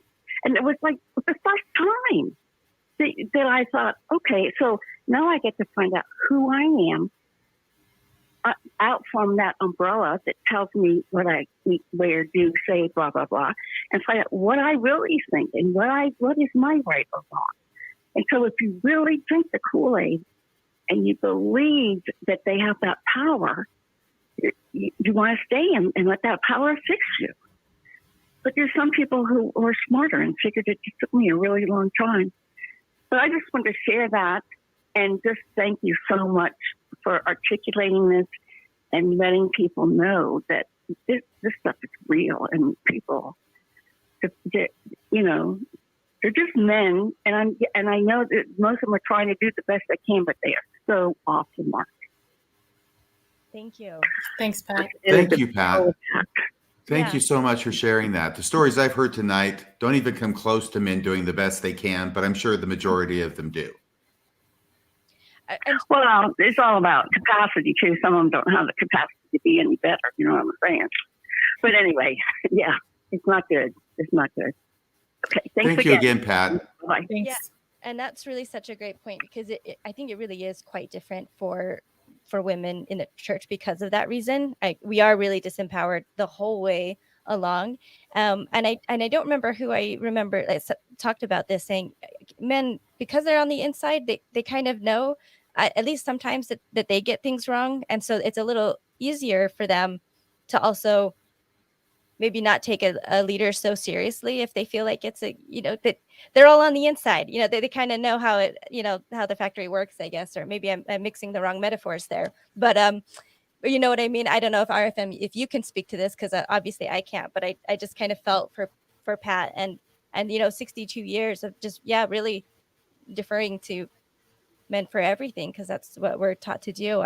I get it, but I'm also really happy for her that she went out and a car is a really big purchase, so it's a big thing to do if you've never done anything yourself. So that's really awesome. We can take the next caller, or sorry, go ahead, RFM. I'm thinking that maybe some of the things that Pat said might have resonated with you, Alicia. Did you want to comment on that? Yeah, I mean, it definitely resonated. And I think, again, like, there's a part of me that wants to give all these male leaders like a benefit of the doubt, but I agree with you. Like, if that's their best, it's definitely not good enough. So, but Pat, I love that you went out and bought a car. Yeah, I hope it was something bright and fabulous and made all the heads turned. Yeah. And red. Right. Are we ready for the next call? Yes. And maybe, well, I tell you what, we are about 2 hours into this gig. There's two on the line. I can go ahead and close. Let's do the last two. Okay. We'll just have two more calls. The people are on the line. All right. Thank you, Maven. I'm pulling them up. Hello there, caller. Hello? You are live. Hi, yes. Thank you so much for having this show and highlighting mental health. I resonated so much with many aspects of the story, and I just want to thank Alicia for sharing this. I think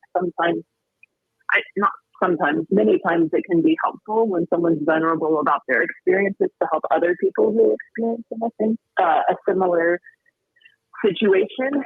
And I know... Hey, caller, real quick, can we get your name? Oh, yeah, Crystal. Okay, thank you, Crystal. Sorry, go ahead. Yeah, I have a son with some significant special needs and mental health issues, and unfortunately, our family has also experienced some death by suicide. So if it's okay, I'd like to give out the suicide hotline number just for anyone who might have been triggered tonight. Yes. That's 800-273-8255. And as Alicia was talking, and as I had gone through a similar mental health concern that led me to a moment of realization that the church wasn't the best entity to help me through that. I just thank Alicia so much for sharing this. I know for me, what was helpful is I was presented with something called the drama triangle, which has three aspects to it. There's the rescuer role, the victim role, and the persecutor role. What was the last one, Crystal? Therapy. Persecutor. Oh, persecutor. So I heard the victim role, the rescuer role, and the persecutor role. Yeah. Okay.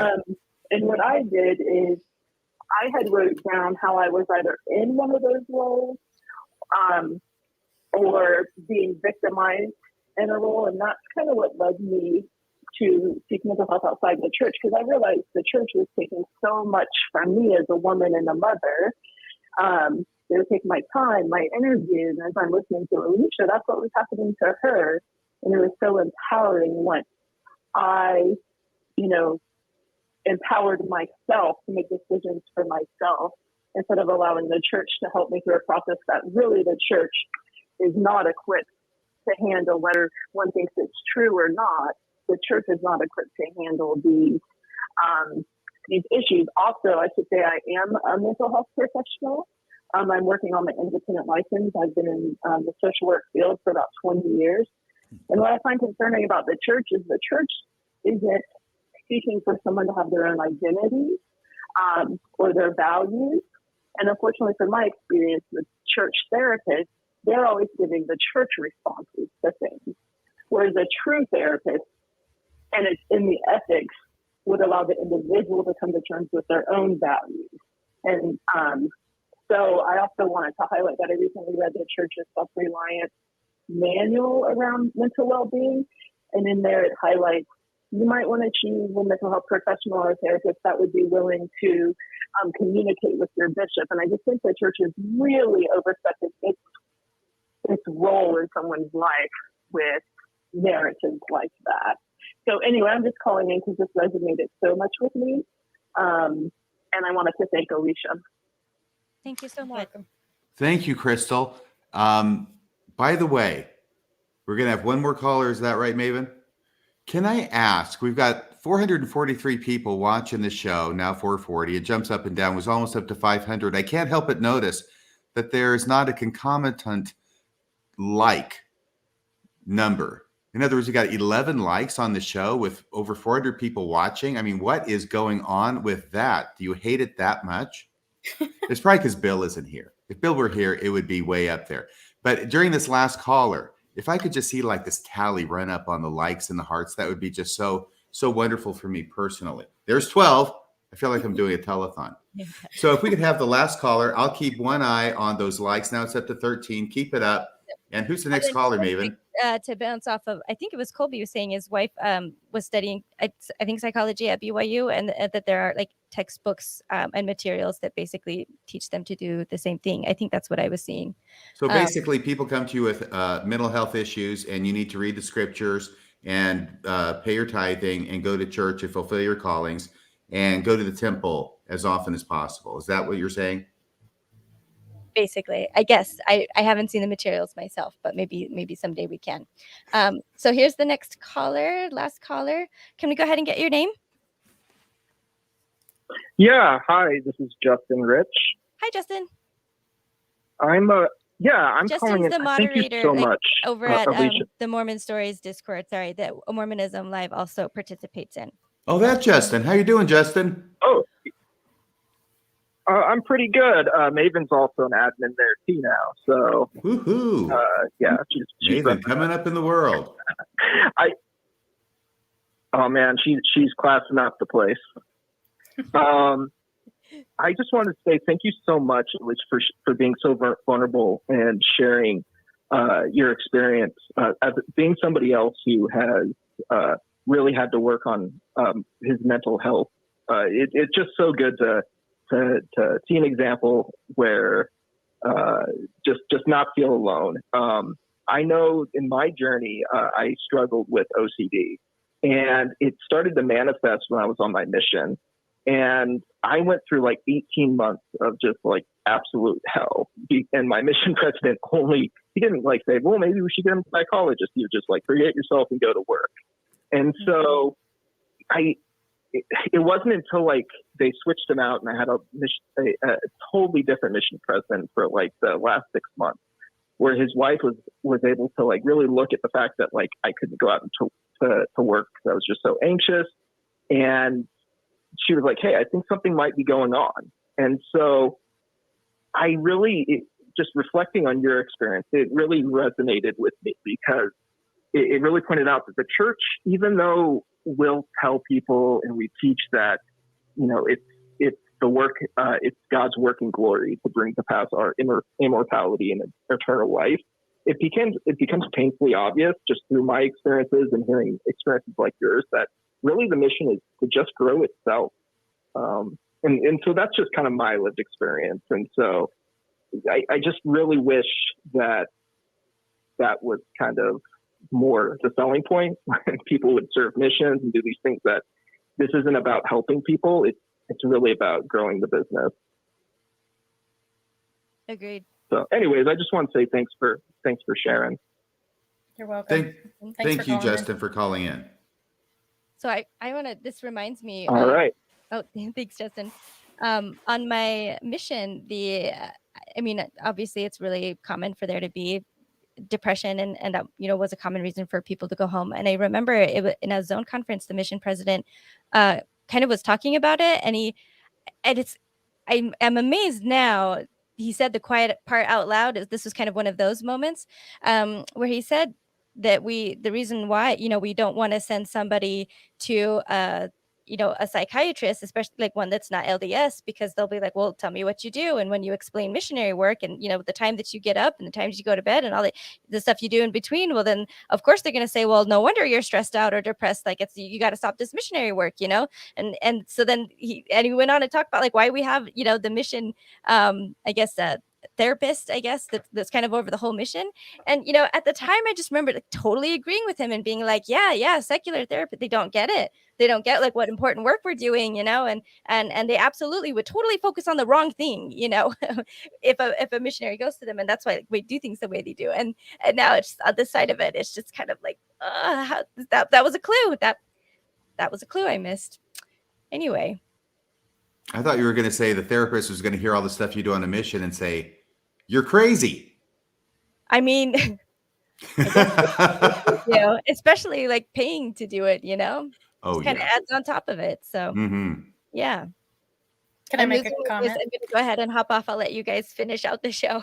Yeah, we'll give you the last word. Absolutely, Alicia, please. The floor is yours. Yeah, I was just thinking like, you know, to follow up with what Maven said, when you're in it and doing, whether it's a mission or even like trying to reach perfection inside of the church, you know, there is that like thought, like, oh no, this is what we do. And like she said, like, oh, a secular therapist wouldn't get it. But one of the most profound moments for me when I was working on through healing, like I kept convincing myself that like, again, that I wasn't good enough. And really, if I could just do better, I would have been better. And my therapist that was not LDS basically said, you know, just totally acknowledge that like everything that you're experiencing, all the stuff that you're feeling, the depression, the anxiety, all of your PTSD symptoms are a totally normal human response to everything that you've experienced.